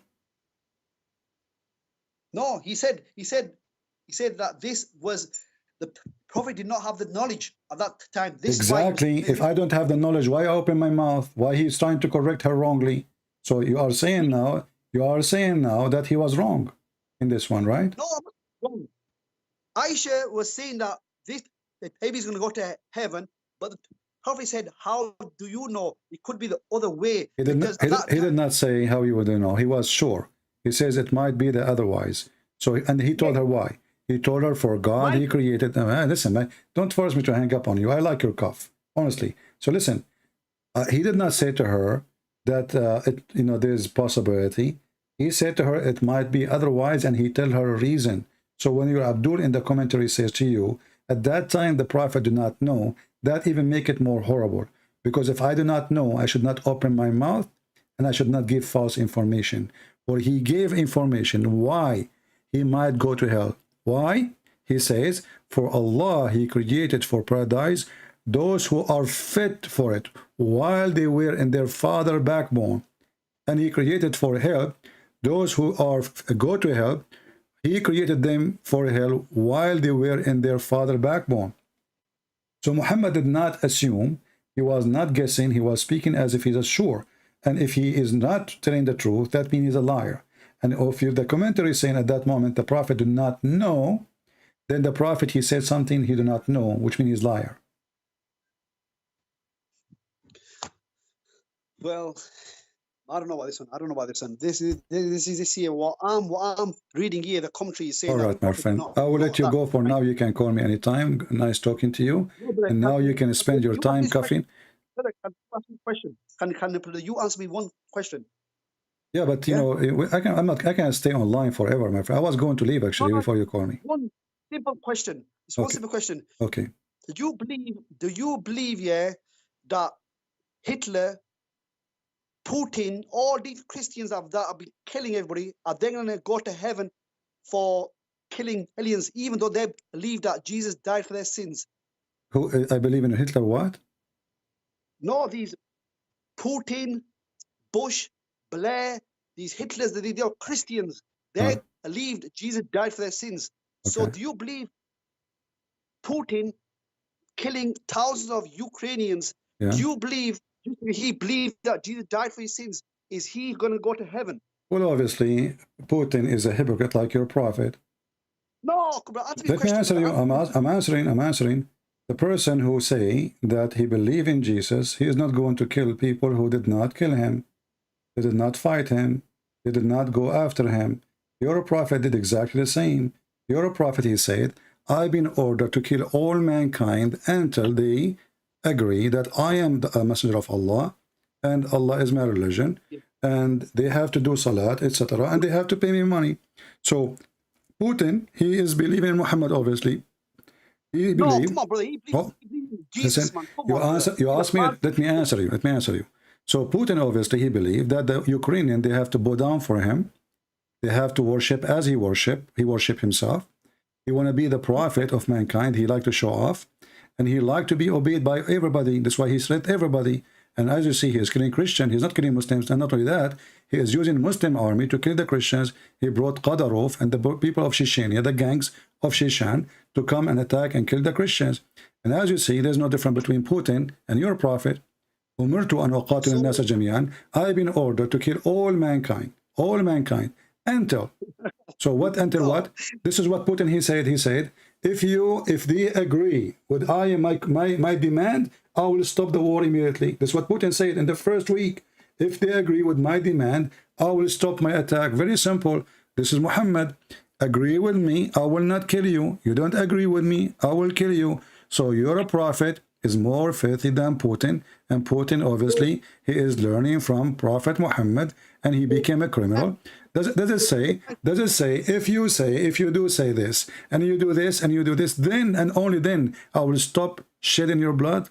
Does it say that in front of you on the screen? Oh, no. Read it. Does it say, if you do this, the following those things, then I will stop shedding your blood? Does it say that?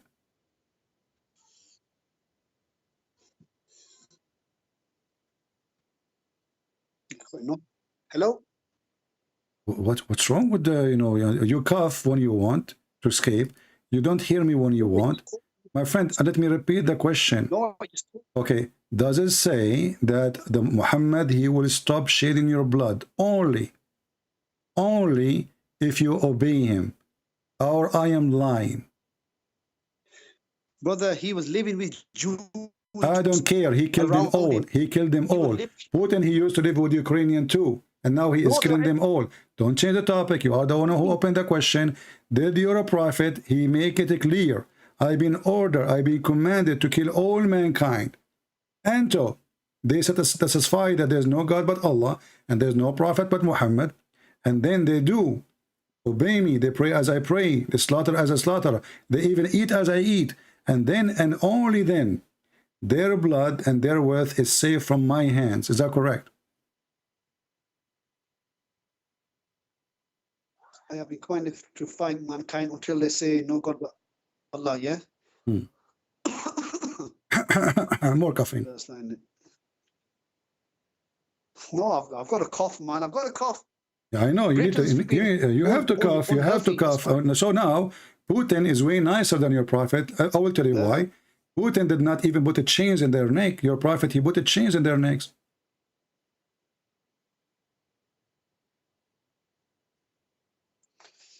and to kill unbelievers as the next state. Islam has taught me how to be merciful.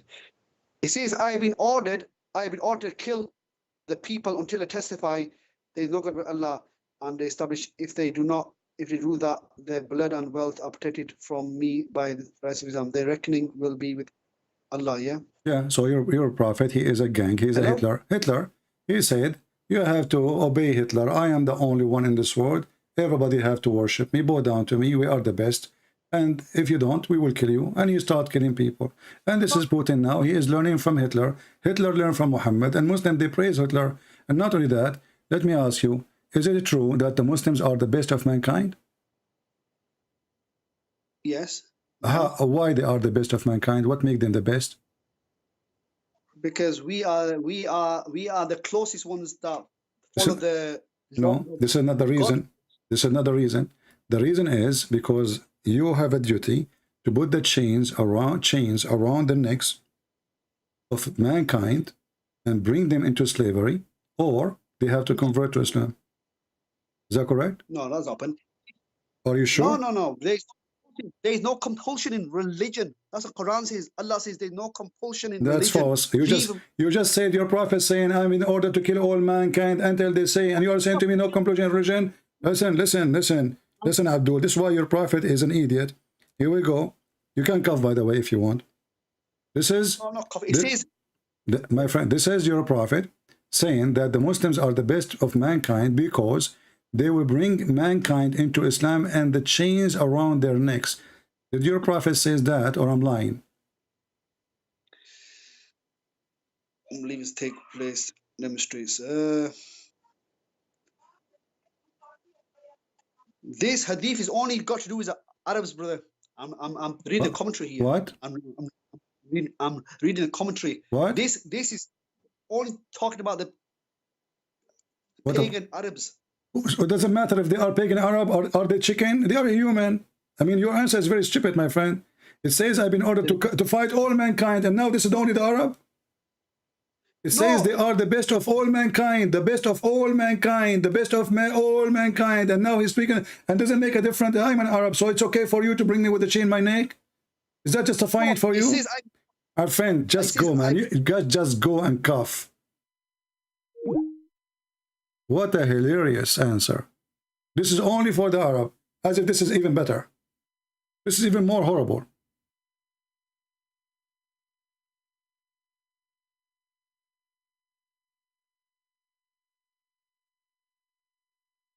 The Muslims, they are white supremacists.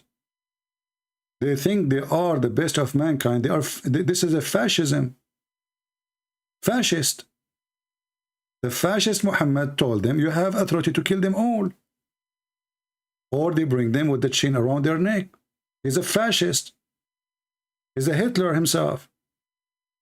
And this is why Hitler, he was beloved by the Muslims. And he was why he was embracing Islam, actually, in his action. Do you know that every single Muslim in the Middle East, he loved Hitler? Do you know that they have his book printed? The United Nations and the stupid American, they give donation to the Palestinian Authority. And then the Palestinian Authority, they print the book of Hitler and they give it for free for every child in their territory. This is the truth. Islam is a fascism, supremacist, the white supreme Arab. They look down at everybody. When an Arab, he go to Pakistan, he looked them down. He's an Arab. This is why when Osama bin Laden, he went to Afghanistan, he acted as if he's God there. Because he's an Arab. They are not. This is why the Muslim, they change their names to Arabic names, but you will not find an Arab changing his name to Pakistani name. Their clothing, their names, their words, everything, the Arab. Islam is the religion of the Arab. The Arab are the supreme. The rest, they have to come with the chain around their neck.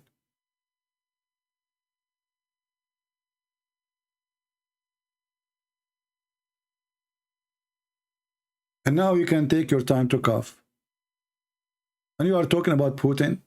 Putin is little criminal compared to your prophet. Little, tiny. He's a criminal. He's evil. But he's way small to compare to Muhammad. Muhammad is the man who ordered the Arab to attack the Roman just to get the blonde girls. He said, غزوا الروم تغنموا بنات الأصفر. Attack the Roman and get the blonde girls. Not attack the Romans so we spread Islam, no. To get the blonde girls. Our friend, you are talking to Christian Prince. And the laundry of your prophet, all of it is here. This is why my room stink. Because your prophet is in it. I hope you guys, you have a good time and you learn. Please take a reference. Feel free to download my videos and you can repost them. Don't worry about it. I don't flag people for copyright because simply what I do is for free for everybody. We want the Christians, non-Christians, everybody to learn that Islam is a pure evil cult. It's a violence. It's disgusting. It's a religion teaching hate. And we should help Muslims to get out of their hate. We don't hate Muslims. But as you see, this is a very hateful religion. So I hope today we were able to serve you and teach you and give you some information. You can use it. Please take reference. If you like education, education is the best thing you can accomplish in life. Knowledge is the most powerful thing you can earn. Money can come, money can go, but even if you became homeless, your education will stay with you and you can make living again because you are educated. A person have no education, he loses money, he lost everything. Education, education, education. The Bible says, my people have been destroyed because of their ignorance. So, learn, educate yourself, and then you will become respected wherever you go. When somebody now, you go to some society, a group of people talking about Islam, and you are the one who learned, and people will be really looking, wow, this guy, he knows what he's talking about. You will not look like a fool, joining the other fools who are saying stupid things about Islam, which is not true. Islam is peace. Islam, you know, the Mujahideen, they have a wrong interpretation of the Quran. But this is Muhammad. Did Muhammad have a wrong interpretation? When ISIS, they commit their crimes, they quote Muhammad. They don't quote Jesus. They don't quote interpretation. They quote Muhammad words as it is. And Muhammad actions speak for the words. And as always I say, if a fool Muhammad can fool you, a fool like Muhammad can fool you, how foolish are you? This is religion of foolishness. How in the world anyone can believe that there is a God? If I believe in him, he will make my penis endless as size, and he will give me a lot of women to boom boom. Isn't it obvious that this is stupid? Do you have to be genius?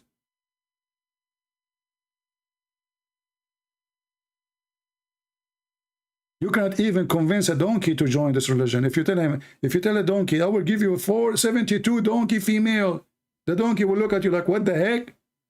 What does that mean?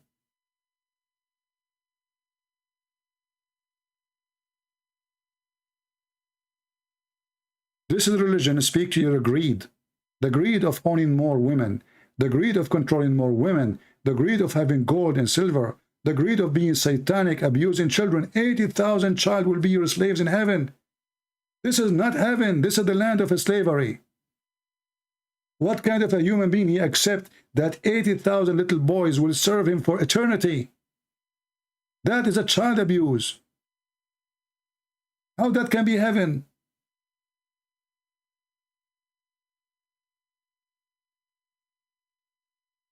In heaven, you should be serving a child, not a child serving you. In heaven, you should be loving your wife, not your wives are just for lust. And there's tons of them. And they are programmed, and even the Quran promised them that they will have no jealousy. They are just silicon. So my friend, learn, educate yourself, and learn the truth. The truth will set you free. Always remember, in case you lose our channel for some reason, always you can go to patreon.com/ChristianPrince, and you do not need to make a donation. You can just go in, check the last video I posted, and you will know where I will be. Thank you for being here. May the Lord bless you, And this is your brother Christian Prince who is serving you for today humbly. And tomorrow, Sunday, I hope I will be able to go live on the morning again. And we will meet you again. God is willing. Thank you. God bless. Christ is Lord. And Islam is a scam. Islam without lies dies. Remember that. Take care.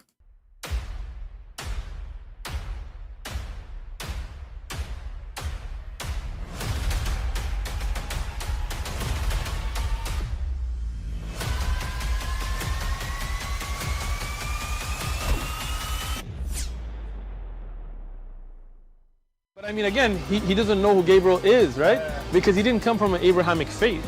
The people of Mecca were pagan. The Quran is mentioned, if this book was from other than God, they would have found in it many contradictions. If a book is without contradictions, that has no bearing on whether it comes from God or not. I've had phone books that are inerrant, but I certainly don't think God gave them. That we believe without understanding. The brother asked a very important question, that most of the scholars say that listening to music, watching movies, and most of the television programs, they're haram. So how can we have fun? Let me tell you, brother, at the outset, that having fun is permitted in Islam as long as the fun is halal fun. That the standard narrative has holes in it. The Prophet tells us because Satan or the devil sleeps over our nostrils. Those who oversleep and not pray Fajr on time, Satan urinates in their ears. I really do think Jesus was crucified and that he really was dead and buried. He thought that he was a son of God in the sense that he was specially chosen by God. I think Jesus really did think he was going to be the Messiah, the future king of Israel. I mean, that is, after all, why they crucified him.